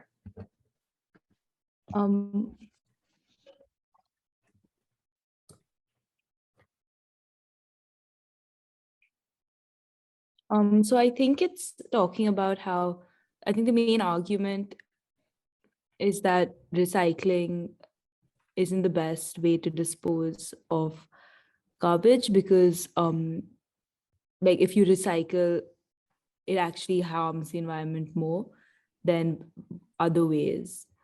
So I think an assumption would be that these other ways don't harm the environment as much. So I think an assumption is that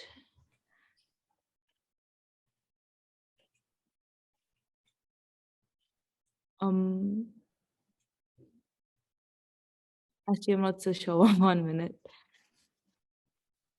It's okay, take your time. If you want, we can like read through it and then you can talk about like that, or I think I'll just read through it once more.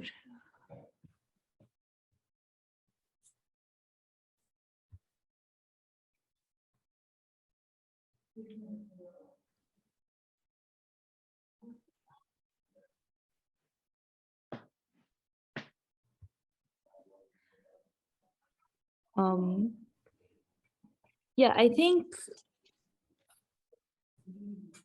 it's definitely not B, because it's saying the opposite, that it shouldn't be made from recycled materials because those are carcinogenic.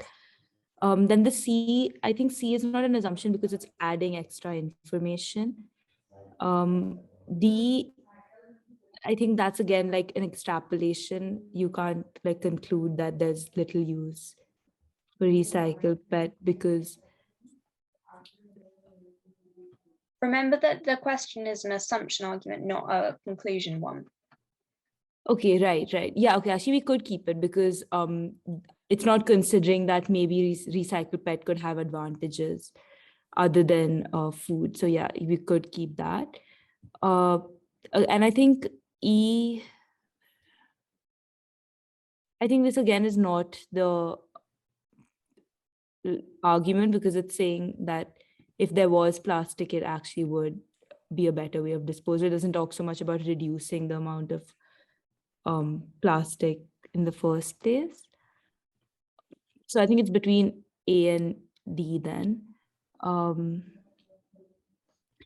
I think maybe it's not A because like, I don't think it's an argument of, I don't think it's an assumption of the argument. It's just like a fact. It says that if disposed in landfills, it'll occupy less space.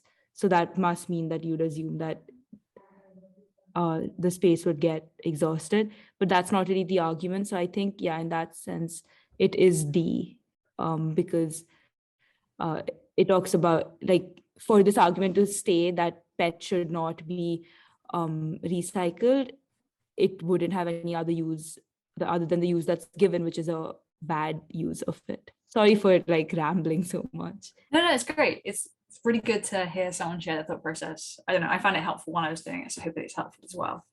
So yeah, okay, I'll talk about how I approached it.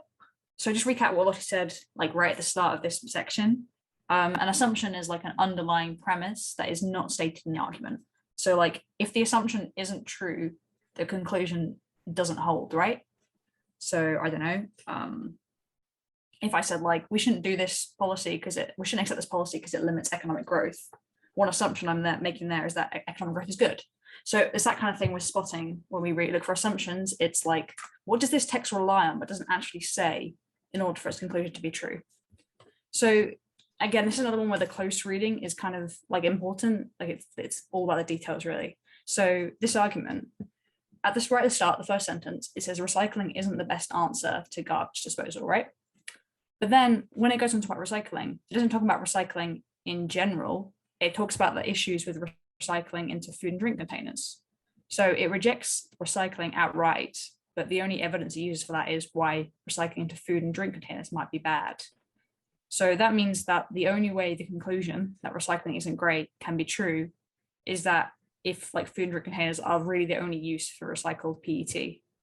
So if that's not the case, then it doesn't hold up, right? Because they've rejected all recycling just because recycling into food and drink containers doesn't work. So we know that's an assumption because it's not in the text and the conclusion relies on it to be true. So hopefully from there, you can figure out that the answer is D. I hope that makes sense. That I don't know if that was the clearest explanation. Oh, sorry. No, sorry. Can I add? I don't know if this is maybe a strategy because I was just thinking about what you said now. Like, could you take the premise stated in D, right? Apart from food and drink containers, there's little use for recycled PET.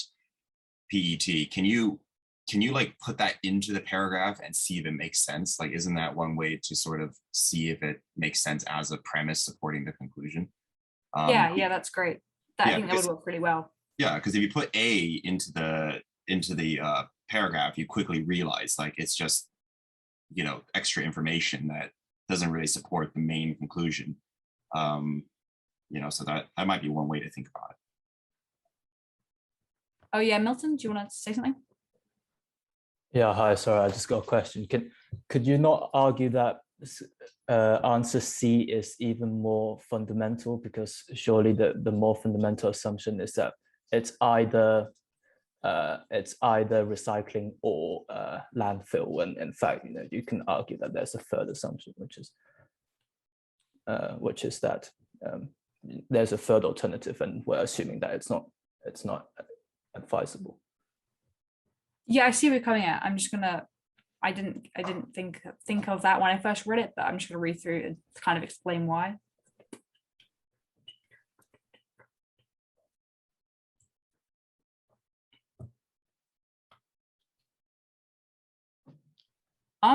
I feel like, at least when I read it, I got that from the last sentence where it talks about not producing a dangerous buildup of methane.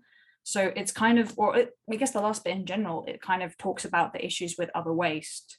So I think like that kind of implies that, you know, burning, like other ways of disposing waste already don't work. So because of, okay. Yeah. So I think it's already kind of rejected other kinds of disposing waste outright, and they're kind of just contrasting recycling and landfill. I can see why you come to that conclusion. Like a bad answer normally, but again, you have to understand the madness behind the TSA authors, right? Like, and they're telling you this may be just something you have to just accept, is that to approach these, identify an assumption, because this is their question guide, what's on the screen right now. You have to find the main conclusion, determine which are the premises, and then determine what is not stated in the premises. So keep it relevant to what the premises are. And in this case, the premises were all focused on food and drink containers not being suitable for recycling, right? So I'd say focus on what's stated in the reasoning. And if you really have trouble, like, don't look for something that's like a right turn, you know what I mean? Like, find something that's really, don't be distracted by answers like that. You know, stay focused on what's discussed in the passage, which is the food and drink containers and the carcinogenic nature of them. Cool. Yeah. Shall we do question 40 now? Hi, sorry. I have a question. No, go for it. Yeah, go for it. For these kinds of like assumption questions, could you try like subbing in the opposite of each choice and see if the argument falls apart? Because you said that assumptions don't, like, if the assumption isn't true, then the argument doesn't work. So Yeah, if you that could would try like subbing it in. Yeah, that would work really well.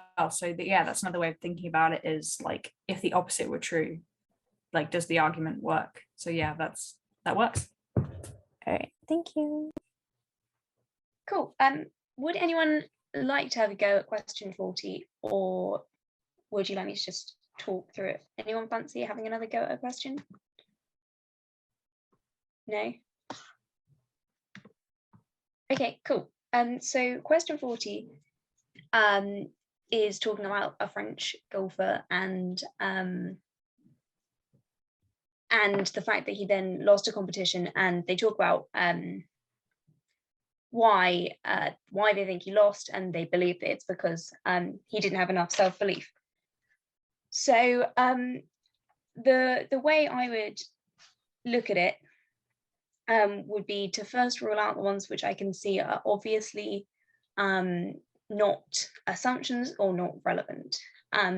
So C is definitely like irrelevant, because the last sentence just says that you have to believe nothing is worse than losing, whereas C states that as a fact. So that is an assumption that you can't take away from the argument.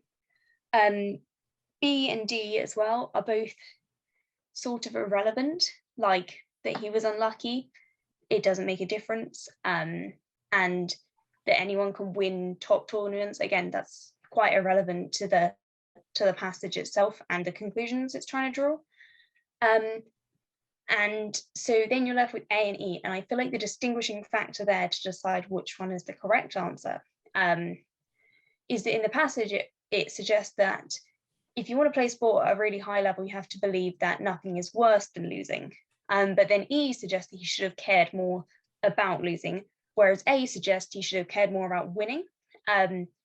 So I feel like that's the key distinction, is that makes A the correct answer, is that it discusses that his attitude should be focused on winning rather than on losing. And that would be sort of how I would approach that question. Does anyone want to add anything? No? Can you explain that again? Yeah, sure. Was there any particular bit that I was really unclear on, or was it just generally? I think generally. That's true.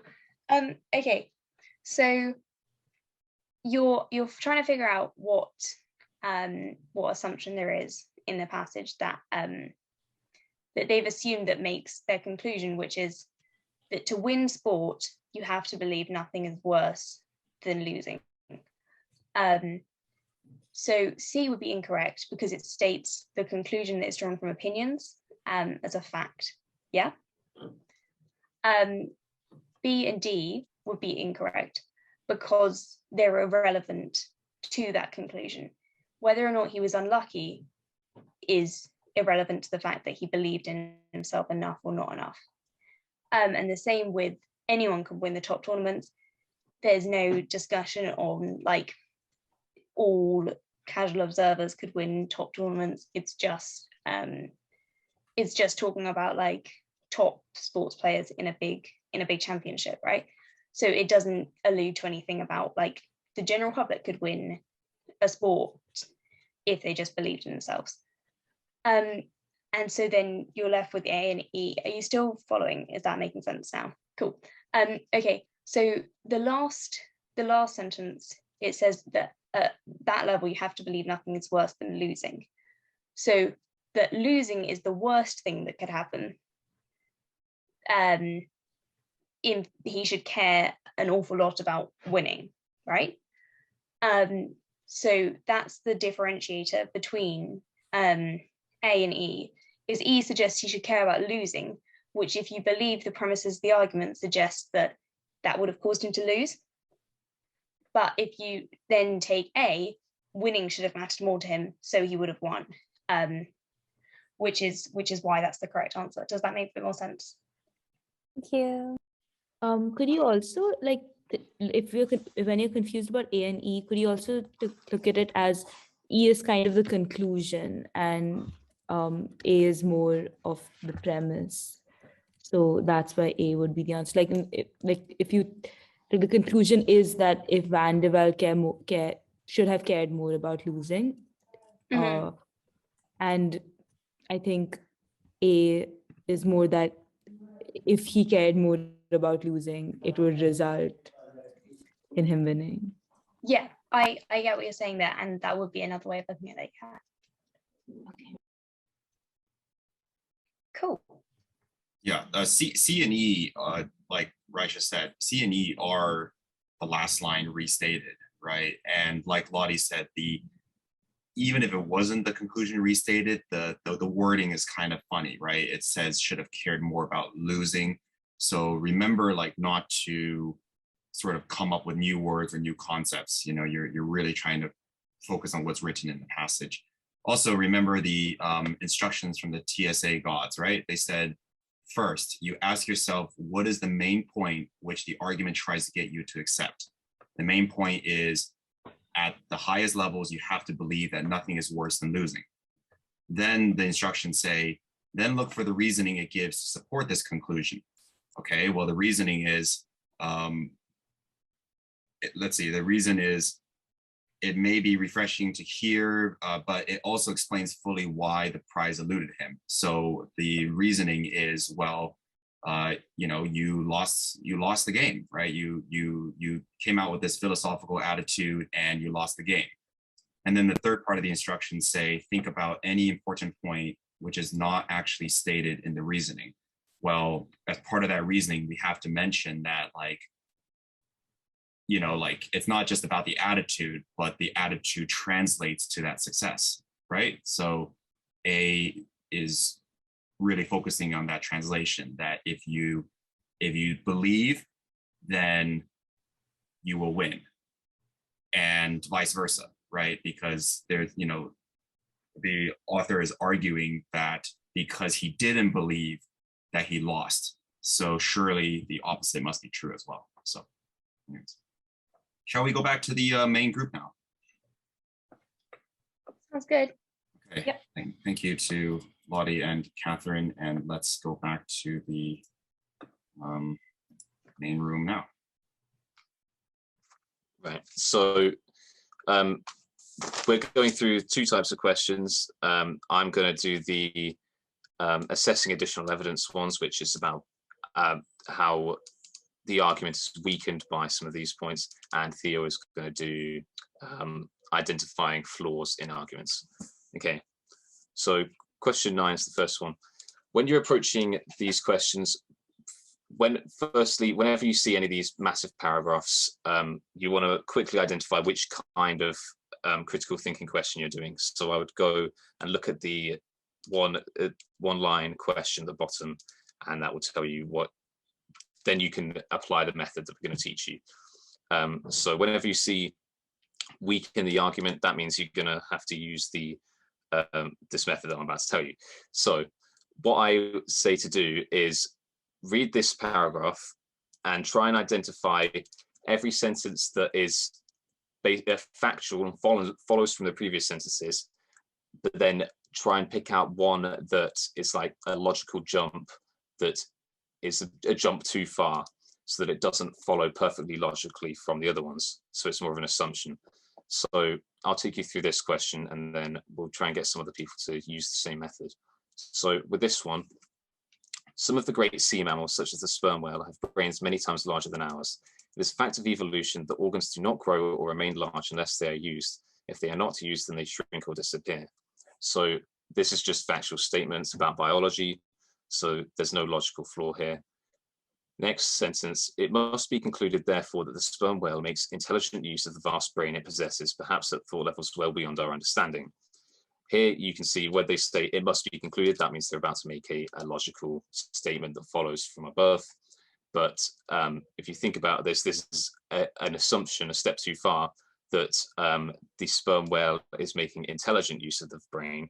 So intelligent means that they're doing conscious thinking and analyzing the world, whereas the brain can be used for things that aren't intelligent, such as coordinating the body. So that there is an assumption, and then I would go through A, B, C, D, and E and try and find the statement that undermines the assumption. So A says humans have developed intelligence despite having smaller brains than whales. That would weaken the argument. So this is what I thought it was the first time I went through. But there's a stronger one later on. So don't assume that you found the correct answer straight away. B says whales lack the ability to communicate in language. Language doesn't necessarily indicate intelligence, so I wouldn't say that that is correct. Then C, large brains may have uses that do not involve intelligence.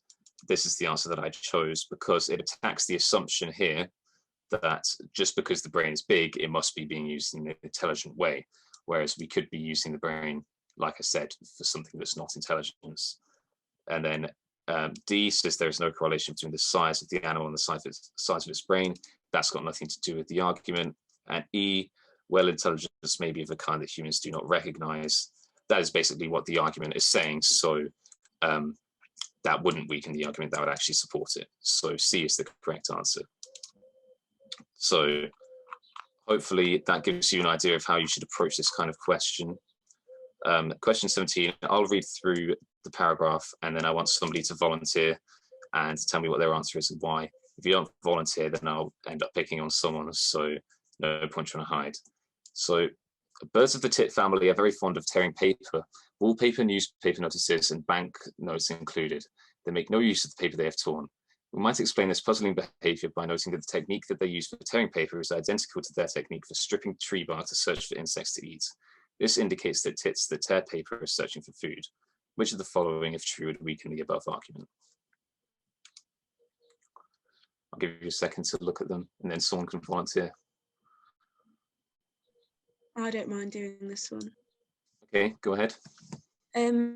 Well, so the argument that the question presented was that the reason that they're tearing papers because it's the same like technique they're using for food. And then if you take a look at A, this is the answer I chose. It directly like debunks that, saying even when there was food in front of them, they rejected them to tear paper, which means they were just tearing paper for the sake of it rather than for food. Right. Good. So the first half of this paragraph all makes sense, but then, or more than half. But this last statement here is what I would say is the assumption that the tearing paper is going for food, and A, like you said, actually undermines that assumption, because if the blue tits saw some food on the table and they were looking for food, then they would go for the food logically, whereas they wouldn't go stripping apart some paper to look for that food. So A is the correct answer. Does anybody have any questions about this, about the method? Okay, moving on to the next one then, 33.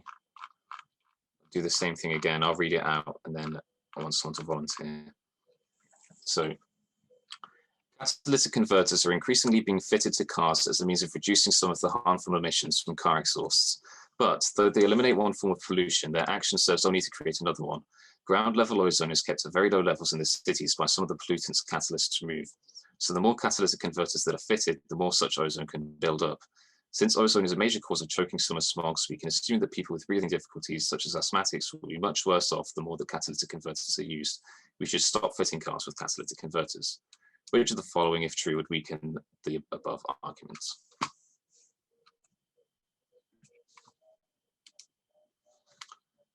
Anybody going to volunteer? I can do this one if you want. Sure. I think the main argument in this one is about it helping asthmatics. Like, by not using catalytic converters, it would help improve asthmatics with their breathing issues. But because catalytic converters remove the pollutants that can create breathing difficulties, I just basically went to see and read it, and I've realised, well, if the catalytic converters are removing these pollutants, then surely the asthmatics would be better off with catalytic converters, if that was true. So then therefore it wouldn't be worse having them. So yeah, C is the correct answer. So like you said, the main argument is about people like asthmatics who might have breathing problems. It even says here, we can assume, and that assumption is the thing you want to target and to weaken the argument. So yeah, the fact that the catalytic converters could be doing something to help the asthmatics anyway is it's assumed in this argument that that is not the case, whereas you can't be so certain. So we understand that if you got rid of the catalytic converters, you might end up putting back into the air something that ruins the whole situation. So I'll just go through so A, B, D, and E in case there's any confusion about this. So A says most cars are not fitted with a catalytic converter. That's basically an irrelevant statement about the situation, because even if it were the case that it were only a minority of cars that were fitted with catalytic converters, that wouldn't affect whether or not catalytic converters were harmful to people such as asthmatics. So that doesn't really matter. B, catalytic converters are the best known method of reducing harmful car emissions. This is what I thought when I first read this, what I thought the answer would be. But it's actually much weaker than C, because catalytic converters being the best known method doesn't mean that, doesn't affect the status of the people who could be asthmatic and be harmed by the catalytic converters, which is the main argument of this paragraph. D, the number of cases of people with breathing difficulties has risen over the past few years. Again, that's an irrelevant statement. So lots of these you can just go through and see that it's not actually relating to the argument, and we can discount that one. And then E, air pollution affecting people with breathing difficulties is also caused by emissions from industry. Again, that's about industry, not about cars. So it doesn't affect the argument revolving around catalytic converters. Okay, last one for this kind of question, then I'll hand over to Theo. 41. Electrical goods retailers often offer extended warranties which guarantee free repairs if the product breaks down during the term of the warranty. Salespeople are keen to persuade customers to buy these warranties because they gain substantial commission from them. Customers may also be tempted to buy them since they ensure that the purchaser will not be faced with huge repair bills. However, surveys by consumer protection agencies show that the average cost of repairs per customer is less than the average cost of a warranty. Anybody buying electrical goods would therefore be well advised not to buy an extended warranty, as it represents poor value for money. which would weaken the above argument. Who would like to volunteer for this one? I can do this one if nobody else wants. Sure. So normally with these sorts of questions, I would go through and sort of discount the arguments that are wrong. But I think with this particular one, it was quite obvious which one was correct. And in a timed exam, if you can see that it's the right one, you just go with that. And for this particular question, I put B because the underlying argument is that you shouldn't buy warranties because it's more expensive than the average cost of repairs. But you buy a warranty obviously because you don't want to pay high repair costs if something goes wrong. And the average cost of repairs obviously accounts for everybody buying it. So the majority of those people wouldn't need to pay repairs. So the word average per customer there shows that you're not only taking into account the people who do have to pay, but also the people who don't, which is why the average would end up being quite low. So it's definitely still worth buying a warranty because if something does go wrong, you're going to have the high cost, even if the average is low. And because of that, I think the answer is B to this question. Yeah, you got the correct answer. Perfect analysis. So like you said, there's an assumption going on here that the average cost is going to be the same for everyone, but average is an average for a reason. It doesn't apply to all people, and so the average relies on everybody being involved. So the reason that we buy a warranty is to avoid above average costs. So B here shows that the average cost of repairs is low because for the majority of electrical purchases, the actual cost is zero. This is a bit difficult because it doesn't fully state why this weakens the argument, but what it's saying is that for the majority, the actual cost is zero, but for a few, it will be a very high number, which is why people want to buy a warranty in the first place.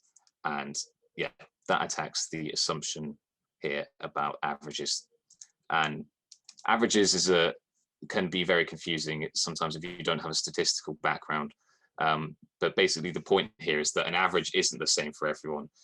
Different people get different numbers and they come out through the mathematical formula to an average. You shouldn't assume that everybody is going to get the average number. Okay, are there any questions about this? No, okay. I'll hand over to Theo then. Yep, yeah, I'll share my screen.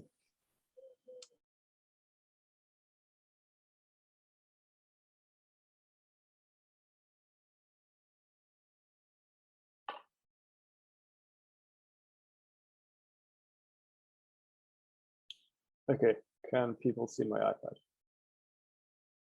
Yep.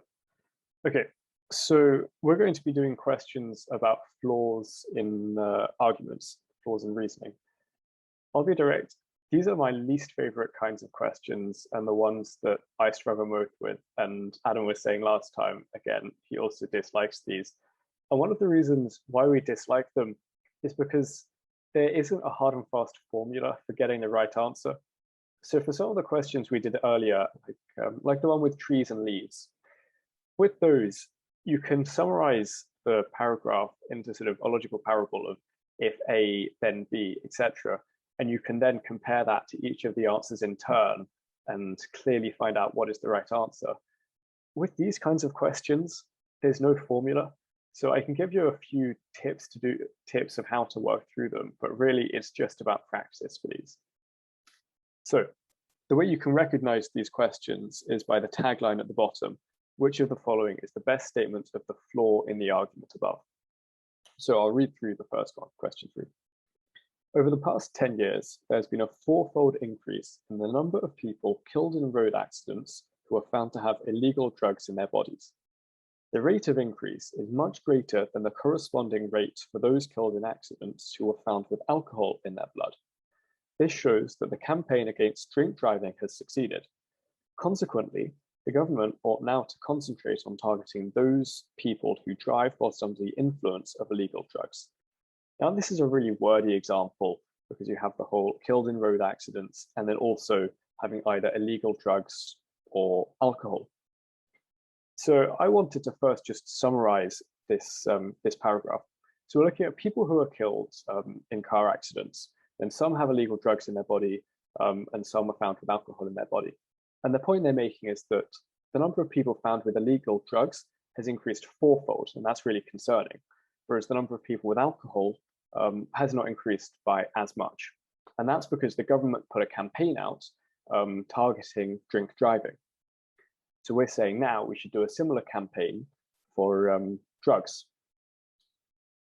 So if we look through the answers, the one that stands out is D.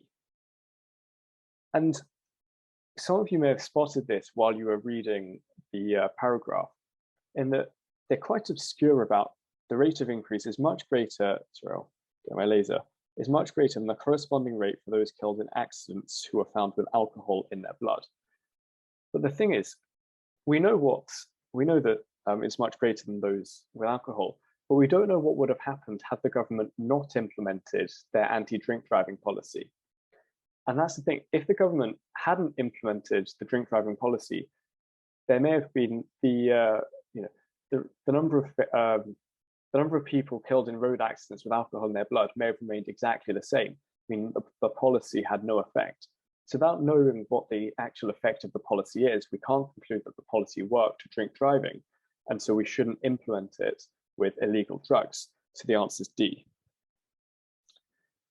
So A, those people who take illegal drugs and drive are likely to be different from those who drink and drive.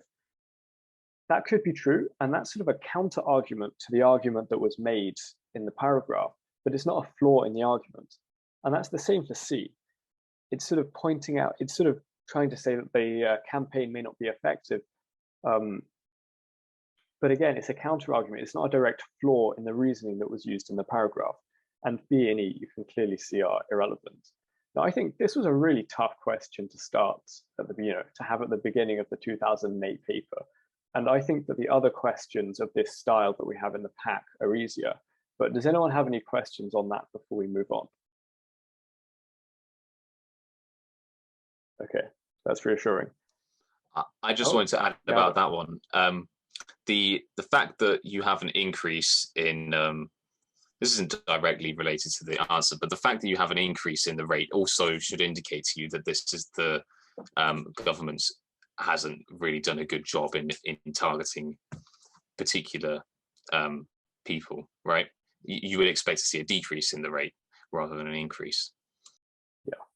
Altogether, I'm not a big fan of this question. I think that it would have been, if I had been sitting the paper in 2008, I would have been quite off-put at the beginning by this. So the two tips I'd give are to write out the argument, or to think about the actual argument, condense the long paragraph above, and then remove the irrelevant answers and then work through the others to try and find out which one's the correct one. Fortunately, 10 is an easier and simpler question. So does someone want to volunteer to take this?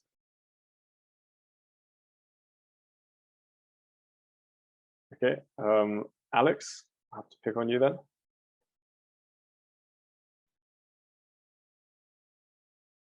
Okay, Alex has gone to bed. Ella? No, sorry, I'm still here. Alex, I just great, couldn't get thank my you. mic on. Sorry, I'll read the question first. Okay. Mrs. Jackson said that if Mrs. List were promoted, she would resign, and we definitely do not want to lose Mrs. Jackson. However, we're not going to promote Mrs. List. We're going to offer the promotion to Mr. Wade. Therefore, Mrs. Jackson will not resign. Oh, have you lost my iPad? No, we can still see it, I think. Okay, that's fine then. It says that you, okay, I can't see it on my computer, but just let me know if it goes and I'll try and fix it. Okay, so Alex, do you want to summarize the argument from this? It's fairly simple because it's a short paragraph. The main argument in this is that they want to keep Mrs. Jackson, so their actions will mean that she'll stay. Yeah, so the argument is, if we promote Mr. Wade instead of Mrs. List, Mrs. Jackson will stay. So what do you think is the flaw in that argument out of the 5 options? I thought it was C because their main priority is to keep her, so it overlooks that she might leave anyway. Exactly, because her problem may not be with Mrs. List being promoted, but it could be something else. So she may resign even if they promote Mr. Wade, so their argument is flawed. Does anyone want to go through the other answers in this? Is everyone okay with this question? Okay. Again, in this, you can see that some of them, like E, are completely irrelevant to the question itself. Why do we care that Mr. Wade might not accept this promotion? It's completely irrelevant to the argument, and it's best to just cross these out when you see them so that you're focusing. Because again, the TSA is a time-pressured exam, and if you were doing the homeworks under time pressure, you'd realize that you don't have long for each question. So the sooner you can eliminate, if you can quickly eliminate an answer and not do the full process of going through working out whether it's a flaw or not, that's really great. That's going to save you time. It means you have more time to spend on the trickier questions. Okay. You can still see my screen, right, Adam? You nod. I can see your screen, but we're still on question 10. Okay, right. That's the problem then. Okay, I had scrolled down. I'll try and reshare it.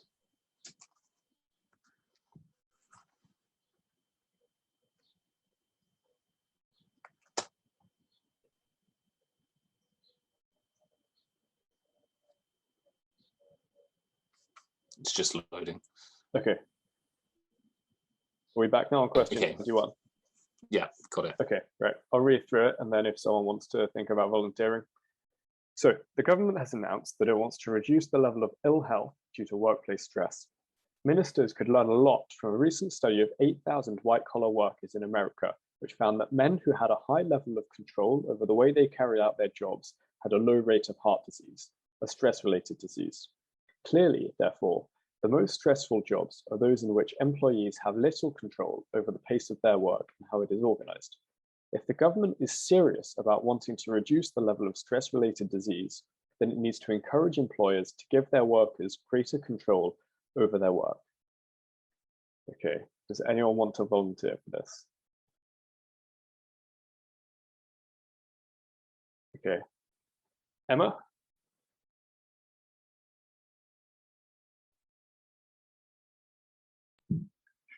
Sorry, can you hear me? My mute button stopped working. I can, yeah. So I actually haven't done this question. I'm on holiday and my TSA from 2008 is at home. I just kind of quickly did all the others, but I haven't actually got up to this point. So can I sort of talk you through it as I... Yeah, let's work through it together. So do you want to just summarize the argument? This is a really long paragraph and it's awfully written. And don't think that that's because the people writing the TSA are awful with the English language and write long sentences. They're doing this on purpose to, take up your time and try and confuse you. So do you want to just summarize the argument? Okay, so the argument saying that basically not having control of your job is stressful, which can lead to stress-related diseases. Well, actually, no, sorry, more control means less stress. And because of that, if you're serious about reducing stress and the ill health that comes with it, you need to give more control. Yeah. And so looking through the answers, I don't think A is very relevant. I don't think it does contradict itself. You're exactly right to eliminate it. It's irrelevant. Yeah, it's saying if the government is serious isn't saying it's not serious, so that's just completely wrong. It assumes that in general workers want to be given more control over the organisation of their work. I don't think it's the paragraph is about what the workers want. I think it's about what's best for them, because it has actually backed up with evidence saying that more control is better for the workers. So I don't think it's that one. It ignores the practical question of how much control workers can be given. It does, but I wouldn't cross it out immediately because it does do that. But I don't think that's the answer, because it's not really what the paragraph's about. It assumes that where there was a low incidence of heart disease, this was caused by reduction in stress. Yeah, I think this one's probably it, because that makes a lot of sense with the paragraph. It is saying that the argument's saying stress is reduced by having more control. More control means you have lower heart disease. That might not be to do with the stress. You could have you know, if you've got more control over your work, you might have more free time to look after yourself or go for a run and things like that. And so there could be so many other factors. So yeah, sorry for the long explanation. No, that was perfectly explained. And you're right, it's D, and it's all about correlation versus causation. And you're right to firstly, A and B, they seem very irrelevant. And I thought the exact same as you for C. You know, it seems fairly irrelevant, but I wanted to keep it in the running for a little bit. So when I was doing the TSA, I would always put a little half by questions like that, by answers like that, saying I may want to come back to them. So not immediately crossing them out. And then at the end, I'd go back and think through the remaining answers more carefully. But no, that was a great explanation. Okay, now question 34. Again, I'll read through it, and then if someone wants to think about volunteering, that would be great. So, membership of the European Union has resulted in the maintenance of economic growth and political stability for the countries that make it up. It is desirable that the countries that used to be part of the communist Eastern Bloc become comparably prosperous and stable. Therefore, the European Union should be enlarged as soon as possible to include more Eastern Bloc countries. Okay, now, when I did this question this morning, I was rushing through it and I got this wrong. So there's no pressure for anyone to get this right. So, you know, it's an easy one to volunteer for. Someone please come forward.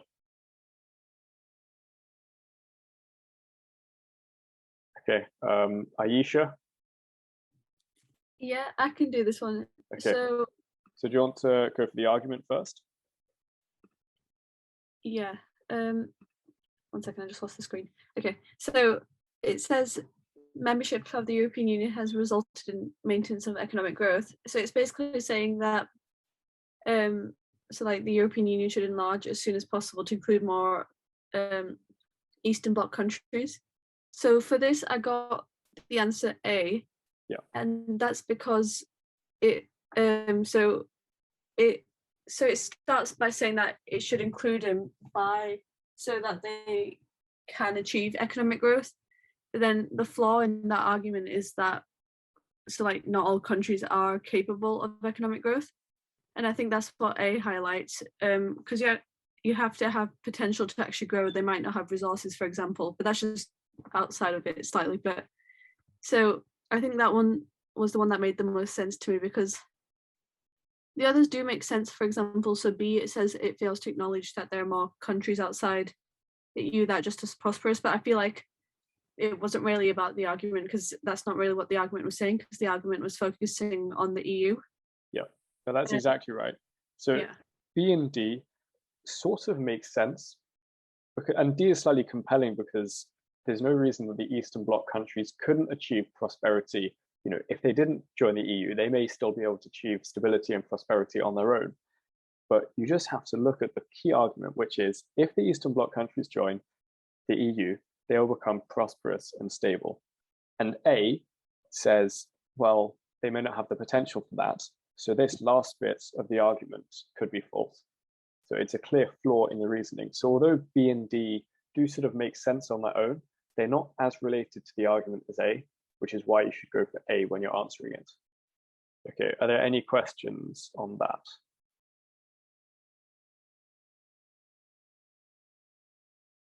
Are there any questions about sort of this style of question in general? Or if not, I'll stop sharing my screen and we can, you know, if you want to turn your videos on, we can just have a general, you know, Q&A about personal statements, anything about the application process, because I think the other group haven't finished yet. Adam, is that correct? I think you're muted. Sorry, they haven't said they're finished. I'm just going to check with them. Sure. Yeah.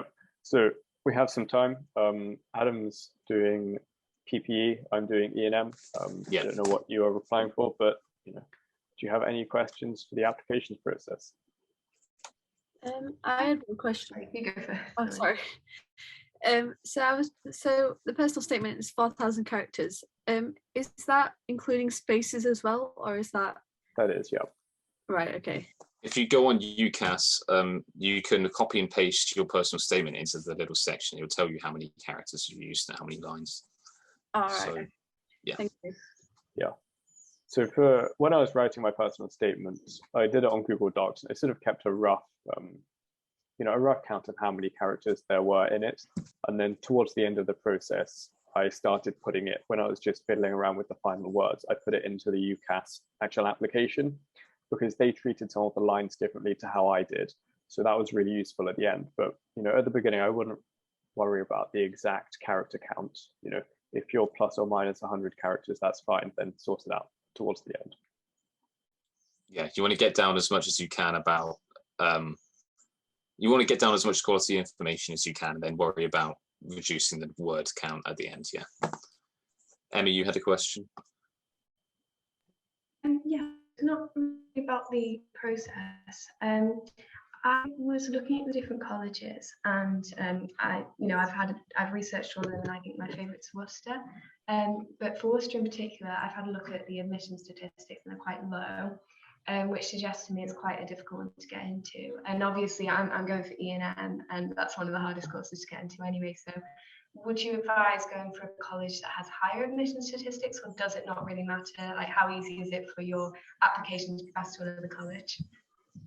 I personally wouldn't bother so much looking at the admissions data for each colleges, because all of the colleges compare their applicants anyway. And we had 4 people get through to the interview stage at my school, and 3 of those were interviewing at different colleges to the one they applied to, and were sort of moved around a few times.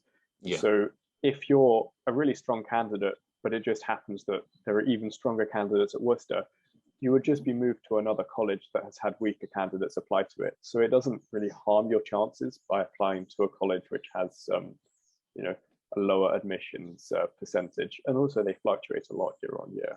So I wouldn't worry about that. Okay, thank you. So you would suggest just going for, in my case, Worcester? Yeah, apply for the college you want to go for. Adam, what college are you going to? I'm going to St. John's. Okay. But yeah, exactly what Theo said. My girlfriend applied to Exeter College, but she, there weren't enough places for her to get into Exeter, so they've just given her an open offer, which means that at the end, once all of the offers have been processed, they will assign her a college. So it won't harm your chances of getting in if you go for a college that has low admissions rates. Thank you.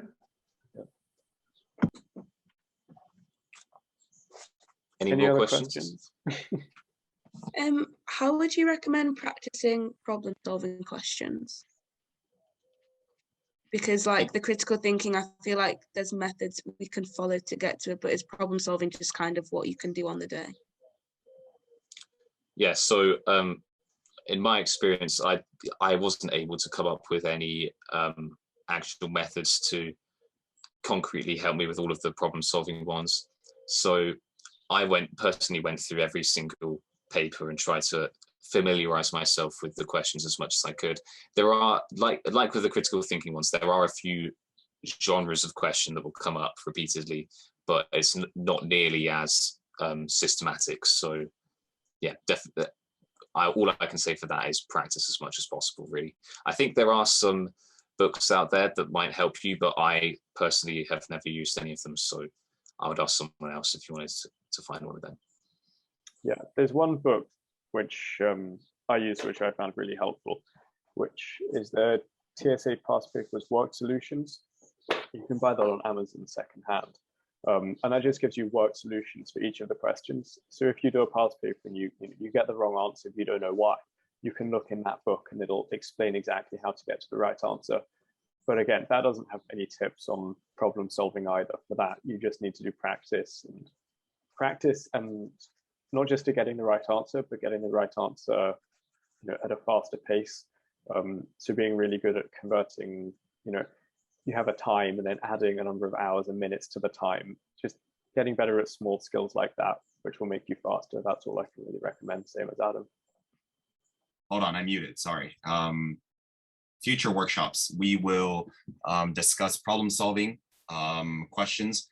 The thing about problem solving is that, and anyone else feel free to disagree with me, but I think problem solving is a little bit harder to sort of train for or practice for than critical thinking.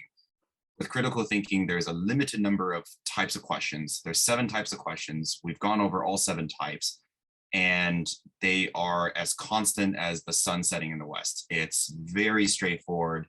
You're not going to get these like like for problem solving, every year they throw in some wild question that you really just can't prepare for. But critical thinking, you can. So that's why I think we've dedicated so much time to making sure that you get your critical thinking correct. We'll also go over, we'll also maybe do a supervised or timed exam in the future.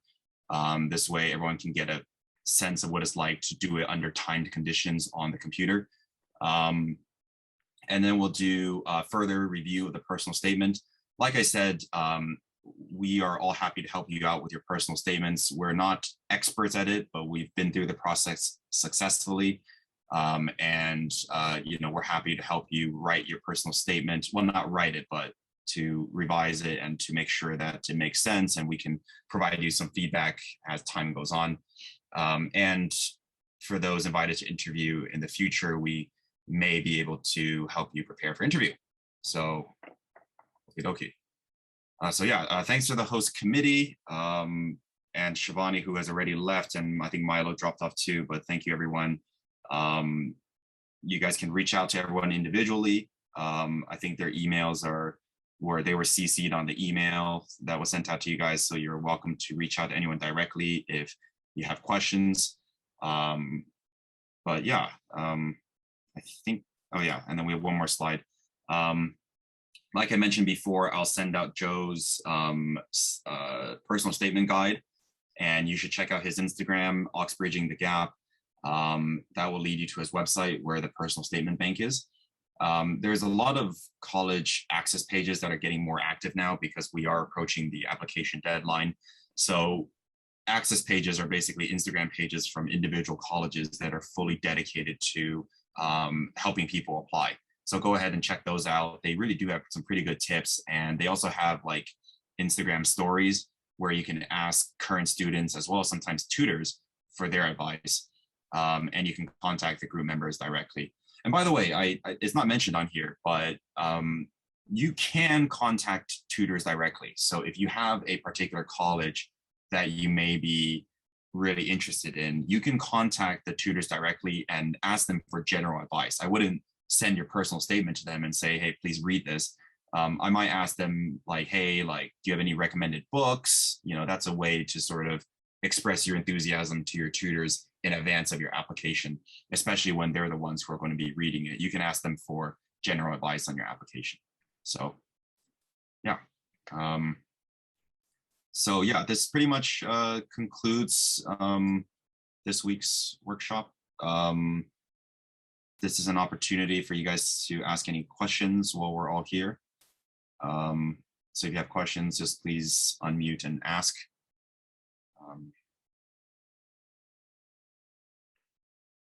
No questions?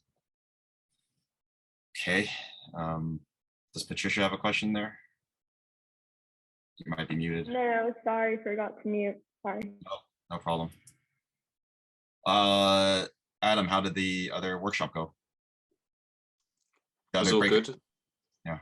I think. Yeah. Yeah, I don't have anything to say unless anybody else has some questions. I think Emma says she has a question. Okay. Yeah, we'll stay behind. Yeah. Okay, so you know, good luck everyone, and keep look out for the homework, and keep practicing the critical thinking questions, and get working on your personal statements, and we'll see everybody at the next workshop. So yeah, unless you guys have any other questions, yeah, you're welcome, and see you guys later. Thank you. This was really helpful. That's good. Good to hear. Thank you. All right, see you, Milton.